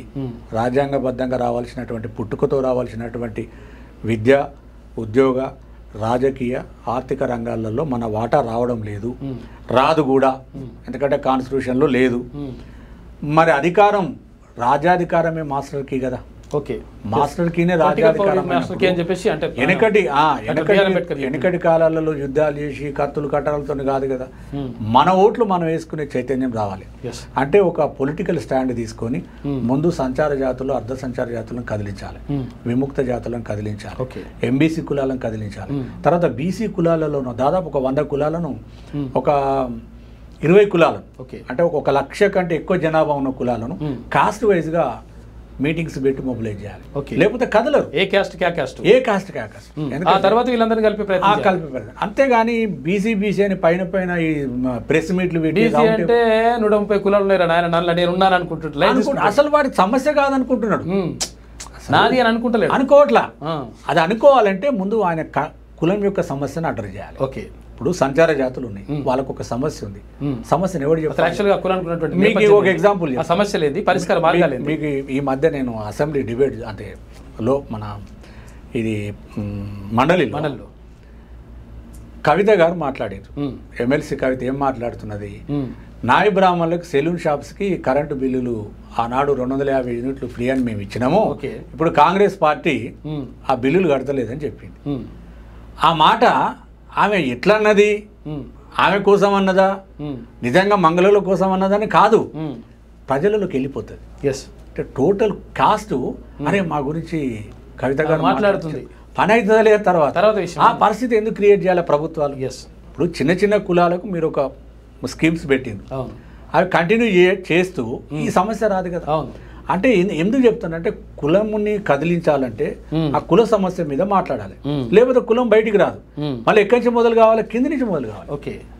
సంచార జాతులు అర్ధ సంచార జాతుల నుంచి మొదలు పెడితే ఎంబీసీల నుంచి మొదలు పెడితే అట్లా కులాల వారికి వచ్చి ఒక మూమెంట్ వచ్చి అన్ని కులాలను కలిపే ప్రయత్నం చేస్తేనే రాజ్యాధికారం సాధ్యమైంది. ఎట్లా చేయాలి అట్లా ఒకటి చేయడం? టైం పడుతుంది. అదే చెప్తున్నా, కింది నుంచి అందరినీ ఒక పద్ధతి ప్రకారంగా మోటివేట్ చేసి కదిలించగలగాలి. బీసీలకు రాజ్యాధికారం సాధ్యమవుతుందా? ఖచ్చితంగా అవుతుంది. ఓట్లు వేసుకోగలగాలి. ఓట్లు వేసుకోకుండా విడిపోయినంత కాలం ఓట్లు వేసుకోవడం వరకు ఎందుకు జరగలేదు? అది అంతే జరగలేదంటే ఇప్పుడు మన భారతదేశమే నిచ్చెన మెట్ల కుల వ్యవస్థ, ముఖ్యంగా కులాలుగా విడిపోయి ఉన్నాం. ఓకే, మన గ్రామాలలో కానీ కులాలుగా విడిపోయి ఉన్నాం. మనం ఒక్కటే అనే పరిస్థితి లేదు. ఇప్పుడు మనకు నిజంగా బీజేపీ ఉంది. నిజంగా బీజేపీ హిందువులమంతా ఒకటే అని మనకంటే మాట్లాడితే ఓకే, ఎందుకు హిందువులంతా ఓట్లు వేస్తలేరు? అవును, అట్లా మెజారిటీ పీపుల్ ఉన్నారు కదా హిందువులు ఎందుకు ఓట్లు వేసుకుంటలేరు అంటే హిందువులలో కులాలుగా విడిపోయి ఉన్నాం. మరి అలా అసలు ఇంకొక మాట చెప్పాలనుకుంటున్నా, ఈ దేశంలో బీసీల కోసం ఏమన్నా చేయాలంటే బీజేపీ పార్టీ చేయాలి. ఓకే, ఎందుకు అంటే కొన్ని వేల సంవత్సరాల నుంచి హిందూయిజాన్ని మోస్తున్నది బీసీలే. మోసిన వాళ్ళు బీసీలే, అంతే. మోస్తున్నది బీసీ కులాలే. ఫ్యూచర్లో ఈ హిందూయిజాన్ని మోసేది కూడా బీసీ కులాలే. ఎందుకంటే ఆల్రెడీ షెడ్యూల్ కాస్ట్ దాదాపు 95% బయటకు వెళ్ళిపోయారు. వాళ్ళు హిందూయిజంలో లేరు. ఇంకా అప్పర్ కాస్ట్లో కూడా వాళ్ళు అటు ఇటుగా పోయేటోళ్ళు చాలా మంది ఉన్నారు. మెజారిటీ ప్రజలు బీసీలను కాపాడుకోవాల్సినటువంటి బాధ్యత బీజేపీకి ఉన్నది. లేకపోతే ఇక వచ్చేసి మేము హిందువులు, హిందూ మతము, హిందువులం అంటే ఎట్లా ఒకటవుతారు? మరి బీజేపీ ఎందుకు స్టాండ్ తీసుకుంటారు? మరి బీజేపీ ఇంకొకటి, మనం ఒకటే ఓటు కావాలంటున్నావు కదా, ఒకటే భాష కావాలంటున్నావు, ఒకటే కులం కావాలి హిందువులని ఎందుకంటలేరు? అవును, అందరూ ఒకటే అని చెప్పేసి ఎందుకు చెప్పరు. ఏ కాస్ట్ ఒకే కాస్ట్ అంటలేరు. అంటే ఇట్లా కులాలుగా విడిపోయి ఉన్నాం. అందుకే అంత ఈజీగా కలిసే పరిస్థితి లేదు. కానీ మనం పొలిటికల్ మోటోలో మనం రాజ్యాధికారంలోకి రావాలి అంటే పొలిటికల్ ప్రాసెస్, రాజకీయ పార్టీ ఉండాల్సిందే. మన ఓట్లు ప్రత్యేక పార్టీ ఉండాల్సింది. లేకపోతే ఎట్లా రాజు ఎట్లయితారు? ఇప్పుడు బీఆర్ఎస్ పార్టీలో ఉన్న ఇప్పుడు ఏం చేస్తాడు? బీఆర్ఎస్ పార్టీలో ఉన్నటువంటి ఒక బీసీ నాయకుని ముందు పెట్టించి మిగతా బీసీలను తిట్టిస్తారు. పోనీ కాంగ్రెస్లో ఉన్న బీసీలు కాదు, బీఆర్ఎస్లో ఉన్న బీసీ నాయకులను మనం బీసీలు అనుకునే పరిస్థితి లేదు. వాళ్ళు ఎందుకంటే స్వయం శక్తితోటి ఏదో ఆ పార్టీలో సీట్లు తెచ్చుకొని టికెట్లు తెచ్చుకొని అట్లా. అందుకే అట్లా కాదు, మనం ఒక కాన్సెప్ట్ బిల్డప్ ఎట్లా అంటే ఒక సిద్ధాంత భూమికి ఉండాలి, సిద్ధాంతం ఉండాలి. ప్రజలకు అసలు మౌలిక అవసరాలు ఏంటిది? విద్య, ఆరోగ్యం, ఉపాధి, భూమి. ఈ 4 అంశాలను కనుక ఎజెండా పెట్టుకొని అన్ని కులాలను కల్పించుకోవాలి. మళ్ళీ ఒక బీసీనే అని అంటే మళ్ళీ పొలిటికల్ సక్సెస్ అయ్యే అవకాశం తక్కువ. ఈ బీసీలలో ఉన్న దాదాపుగా ఒక మొత్తం కేటగిరీ వైజ్గా పెట్టుకోవాలి. కొన్ని ఇది 1,00,000 కంటే జనాభా ఎక్కువ ఉన్న బీసీ కులాలు ఒక గ్రూప్గా పెట్టి, తర్వాత ఎంబీసీలు, తర్వాత సంచార జాతులు, అర్ధ సంచార జాతులు, వాళ్ళను మోటివేట్ చేసి వాళ్ళ యొక్క సమస్యలను కనుక మనం అడ్రస్ చేస్తూ మనం ఓట్ల చైతన్యం తీసుకొచ్చినట్లయితే తప్పకుండా సాధ్యమవుతుంది. ఓకే, బీసీ విద్యుత్ ఉద్యోగుల సంక్షేమ సంఘం తరఫున అంటే ఎలాంటి కార్యక్రమాలు చేపడుతున్నారు? ఉద్యోగులకు సంబంధించి మీరేం చేస్తున్నారు? అంటే ఒకటి మనకు మేము పెట్టిన ఉద్దేశం ఏంటంటే పే బ్యాక్ సొసైటీ ఫార్ములా ప్రకారంగా 2006లో మనకు విద్యుత్ సంస్థలలో బీసీ ఉద్యోగులు అటెండర్ స్థాయి నుంచి చీఫ్ ఇంజనీర్ వరకు ఉంటారు. మా సభ్యులు ఇంజనీర్స్ ఉంటారు, అకౌంట్స్ ఆఫీసర్స్ ఉంటారు, పిఎన్జీ ఆఫీసర్స్, తర్వాత వర్క్మెన్ క్యాడర్ ఉంటారు. వీళ్ళందరి సమస్యలు అడ్రస్ చేయాలంటే అప్పుడు ఎవరు లేకుండే, అంటే మన సమస్యలను అడ్రస్ చేయాలంటే మన సంఘమే కావాలి కదా. పెట్టి మనకు విద్యుత్ సంస్థలలో చాలా సీరియస్గా పనిచేస్తున్నాము. రిజర్వేషన్స్ వయోలేషన్స్ మీద పనిచేస్తున్నాము. నోటిఫికేషన్లు ఇవ్వడము, రిక్రూట్మెంట్ జరుగుతుంటే మీకు తెలిసే ఉంటుంది. విద్యుత్ సంస్థలలో జరుగుతున్న నియామకాలలో ఎలాంటి ఆరోపణలు ఉండవు, సాఫీగా జరిగిపోతాయి. నోటిఫికేషన్ ఇచ్చిన 6 నెలలనే అపాయింట్మెంట్స్ కూడా అయిపోతాయి. అక్కడ మనం రూల్ ఆఫ్ రిజర్వేషన్లో మేము డైరెక్ట్గా చూస్తున్నాము. మా అసోసియేషన్ నుంచి లైజన్ ఆఫీసర్ని కూడా అపాయింట్ చేసుకున్నాం. మాకు నిజంగా కూడా రికగ్నిషన్ ఇచ్చింది కూడా కాంగ్రెస్ పార్టీనే. మాకు 2010లో గుర్తింపునిచ్చినది కూడా కాంగ్రెస్ పార్టీ. తర్వాత ట్రేడ్ యూనియన్లకు ఉన్నటువంటి ఫెసిలిటీస్ కూడా మేము తీసుకొని ముందుకెళ్తున్నాం. మా యొక్క లక్ష్యం కూడా ఏంటంటే విద్యుత్ సంస్థలలో పనిచేస్తున్న బీసీ ఉద్యోగులకు న్యాయం చేయాలి, రిజర్వేషన్లు సక్రమంగా అమలు పరిచే విధంగా చూడాలి. తర్వాత ఫైనల్గా ఈ మన రాజ్యాధికారం కోసం ఎవరైతే పనిచేస్తున్నారో వాళ్ళకు ఇండైరెక్ట్గా కానీ డైరెక్ట్గా మద్దతు ఇచ్చేదానికే మా అసోసియేషన్ సంఘాన్ని పెట్టుకున్నాం. మరి విద్యుత్ సంస్థలలో ప్రధానంగా 2 సమస్యలు ఉన్నాయి. ఈ సందర్భంగా క్యూనెస్లో చెప్పాలనుకుంటున్నా. SC ST employees consequential seniority issue ఉన్నది. అది రివ్యూ చేయాలి. అది హైకోర్టు జడ్జిమెంట్ ఉంది, గవర్నమెంట్ ఆర్డర్స్ ఇచ్చింది. గత బీఆర్ఎస్ ప్రభుత్వం అనవసరంగా నాచివేసి అలా ఎలక్షన్ తర్వాత చేస్తామన్నారు. వాళ్ళు ప్రమోషన్లలో రిజర్వేషన్ సంబంధించి కొన్ని వైలేషన్ జరిగినాయి. దాన్ని సరి చేస్తే కొంతమంది బీసీలకు ప్రమోషన్లు వచ్చే అవకాశం ఉంది. అదొకటి. తర్వాత రిక్రూట్మెంట్ అయిన తర్వాత మెరిట్ ప్రాతిపదికనే సీనియారిటీని ఫిక్స్ చేయాలి. ఆల్రెడీ 2009 తర్వాత నియమించబడినటువంటి ఉద్యోగులు పెట్టట్లేదు, గతంలో పెట్టలేదు. 2009లో మేము కొట్లాడి జీవో తీసుకొచ్చినాం. దాన్ని కూడా ఇప్పుడు ఉన్నటువంటి ఐఏఎస్ అధికారులు కానీ ఇప్పుడు ఉన్నటువంటి మేనేజ్మెంట్ ఇంప్లిమెంట్ చేస్తలేరు.